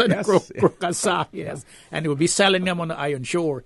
So, CB, the reason why I asked you to have this program this morning, Mr. Gilbert and I, is that we have to remember our icons. They are us and we are them. And other people all over the world, when I travel all over the world, I remember living in Canada and all those places, the first thing that you get introduced to is the icons of the country. The people who actually, the founders of the country, the founding fathers of the country, their offsprings. That is what human beings have to carry them along. Money and big houses and yachts and big cars and expensive cars really are nothing. You have to leave them behind. It's the memory of those great men and those great women that the country is built on, and what gives you the confidence to compete with other people in the world. And I found that a lot of that is lacking in our country, because as soon as we get a new toy, whether it's being a new cell phone or something, we forget about our parents and our parents. And I was so surprised that so many Caymanian people don't even know their grandparents or their great-grandparents. If you ask, who's your grandfather? They don't know. I met a young lady the other day in a certain business, and I walked into her place, and I was ordering some stuff, and she says, "Oh, you're McPhail?" And I said, "Yeah." And she says, "I'm McPhail too." And I said, "Well, who's your grandfather?" She didn't know. I said, "Who's your father?" And who's your father? And then I told her the whole story of her family. Give her the whole family tree then. Family tree, and she said, "Oh, how do you know that?" I said, "Well, that's my business now. I am so proud to know that where I come from." And so I met a new friend, and so she called me and says, "Can you tell me all that? Can you write it down for me?"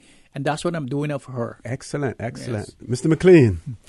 Yeah, well, I'm happy to be here with yourself and Steve this morning, talking about somebody I knew and really respected. He was just a person that you automatically liked, and I remember him for the things he told me about the history that I didn't know about, and for what he represented as what Caymanian men were in those days, and what we would like him to be today. Absolutely. Yes. And the qualities that he has, because as I'm sure each of you listened, as I did, everybody's talking about the human qualities that he had. His kindness, his humbleness, his intelligence. While he didn't sport any college or university education, he was a wise man, a smart man.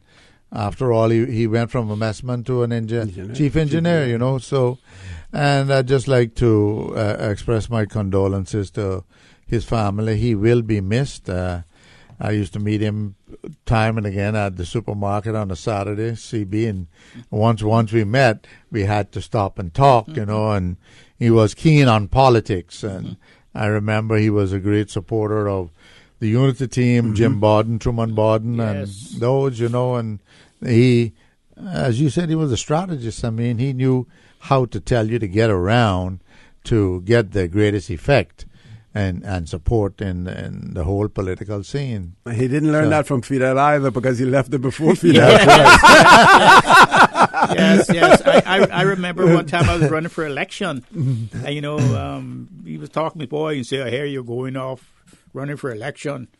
And I say, yeah. He say, you're not going to win, son. And I was a little put up. And I say, well, why not going to win? He say, no, your time yet. You can't win against Unity team. He say, they're too strong for you, son. Wow. And he told me, he say, you're too stiff. And I says, what you mean I'm too stiff, CB? He say, you're too flexible. You got to be more flexible. You say you got to go around them old boys and drink a few liquor with them and knock a few domino. That's what he told me. You say you don't see what True do? You say True's up to Gwen's Inn. He said True's up to Gwen's Inn every day with his lunch. Up to Gwen's Inn. That was up to Miss Olga's place. Yeah. You say you don't go up there. And he say, that's what you have to do, son, and then you have to wait for the time when it's your time, when the right time comes, and then you get elected. And he was true. I defied what he said, and I didn't get elected. It was true. Okay, well, before we close up, we're going to take one more call. Person is going to be calling.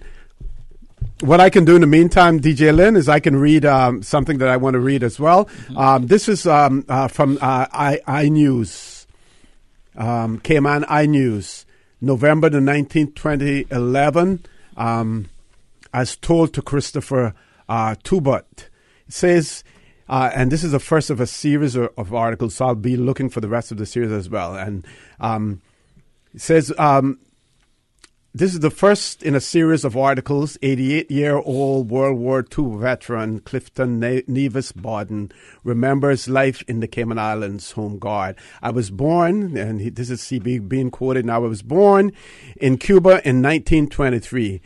You see, my parents came from Cayman, worked in the American, for the American companies down there on the citrus farms in the Isle of Pines. The Caymanians went over there to work with the Americans because they had quite a number of farms over there.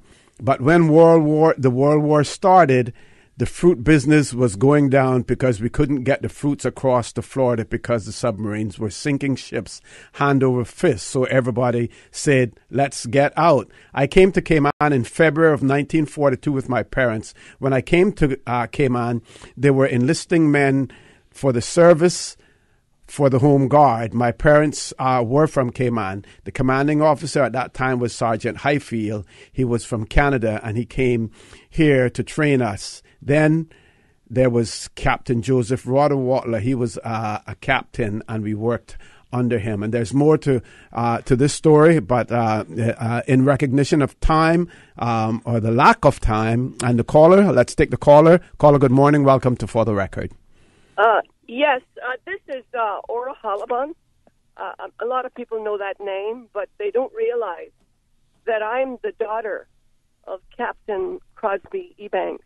Oh. Okay. The man that Mr. McFeel just referred to. Okay. And I'm on the road heading into town for an appointment, so I can't talk long, but I just wanted to remind the public and some of the older people in Cayman that I'm sure remembers my father and the Gravina, that she used to be called the air ambulance of its day. Wow. And the reason for that was because Cayman had limited medical facilities, and if you needed a tonsillectomy or appendectomy or something like that, a minor surgery or major surgery or any kind of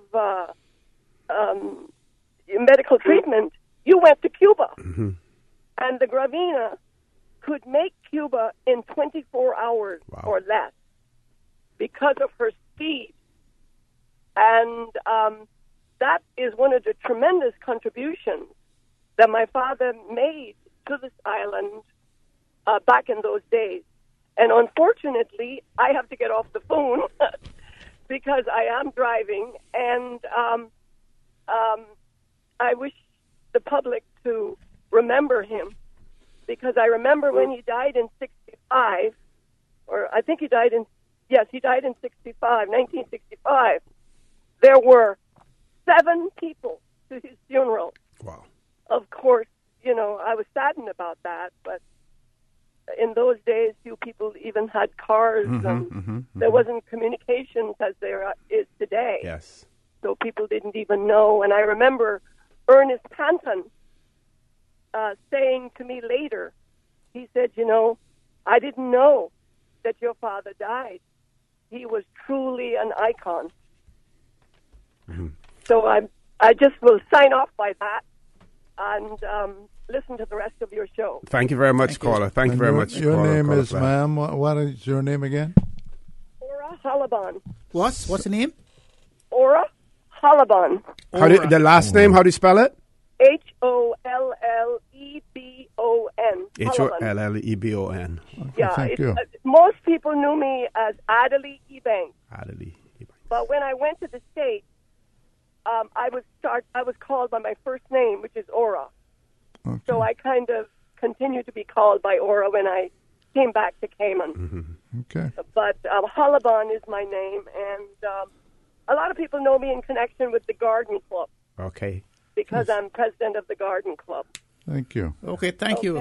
I'll try to get in touch with you because the Gravina has a lot of memories for me, because I remember when my grandmother and my young sister went to Cuba to stay there with some of my aunts that lived in Cuba, and lately this has been over the last 5 or 10 years, I discovered that I had aunts in Isle of Pines that I didn't know about. Mm-hmm. They were my grandfather's daughters that he had outside from his girlfriends in Cuba. Right. But when he there is a lot of that. Yes. There's a lot of that interconnection. I wrote a story on the Gravina, and I would like to share it with you and share it on Radio Cayman someday. Yes. Okay. Yes, we will certainly arrange for that. We will definitely arrange for that. We will be in touch. I took, I want to say at least 100 hours of my time searching out the people in West Bay that actually were sailors on the Gravina. Many of them were poweries, because my father thought the poweries were very dependable people. And I wrote stories from their memoirs. So I would be happy to share it on Radio Cayman or with anyone who's interested. Excellent. We will Yes, definitely do and that. I would just like to tell you that I have been researching the ships that were built in the Cayman Islands, and your father's ship was one of those. There were so many of them that was built by the shipyards here, and the Gravina was one of those. Mm-hmm.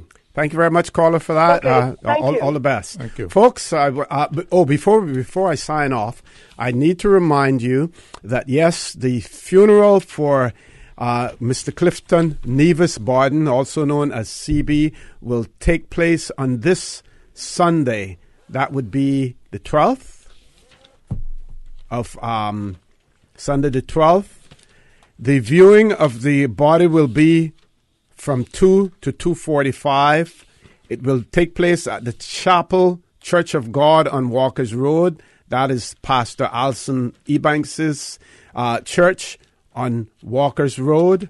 And then the service will start at 2:45, 3 o'clock in the afternoon on Sunday as well. I know a lot of you want to honor CB and want to be there, so this information is there for you. This coming Sunday, viewing of the body from 2 to 2:45, Chapel Church of God on Walker's Road. That is Pastor Alson Ebanks' church there on Walker's Road. Folks, I want to thank you for allowing Radio Cayman, and by extension For the Record, into your homes, into your vehicles as you traverse the busy roads of the Cayman Islands, into your places of work, whether it be an office cubicle or if you're working in the outdoors. I also want to remind you that we are brothers and our sisters keepers. There is always someone out there who's less fortunate than we are, and I ask you to extend a helping hand to them. If you can't do that, then I suggest you donate to a worthy charity, because we always want to consider those who need, not necessarily those who want or even those who crave. I say to you, have a great day. Continue to support your radio station, Radio Cayman. John Sterling, Dwayne Ebanks at 12 noon for Talk Today. And as usual, we ask the good Lord to bless these three beautiful, wonderful Cayman Islands. I will be absent for a few shows, and Ms. Donna Bush, I believe, will be covering for me during that period of time. So please continue to support your radio station, Radio Cayman. For the Record is brought to you by Fidelity Bank. For all your banking and pension needs, call or visit a Fidelity branch today. Vamped Motors, the only authorized Ford and Toyota dealerships serving the Cayman Islands. And Cayman Pharmacy Group, with locations in West Base and professional pharmacy at CTMH Doctors Hospital. The Cayman Pharmacy Group has a location for you just around the corner.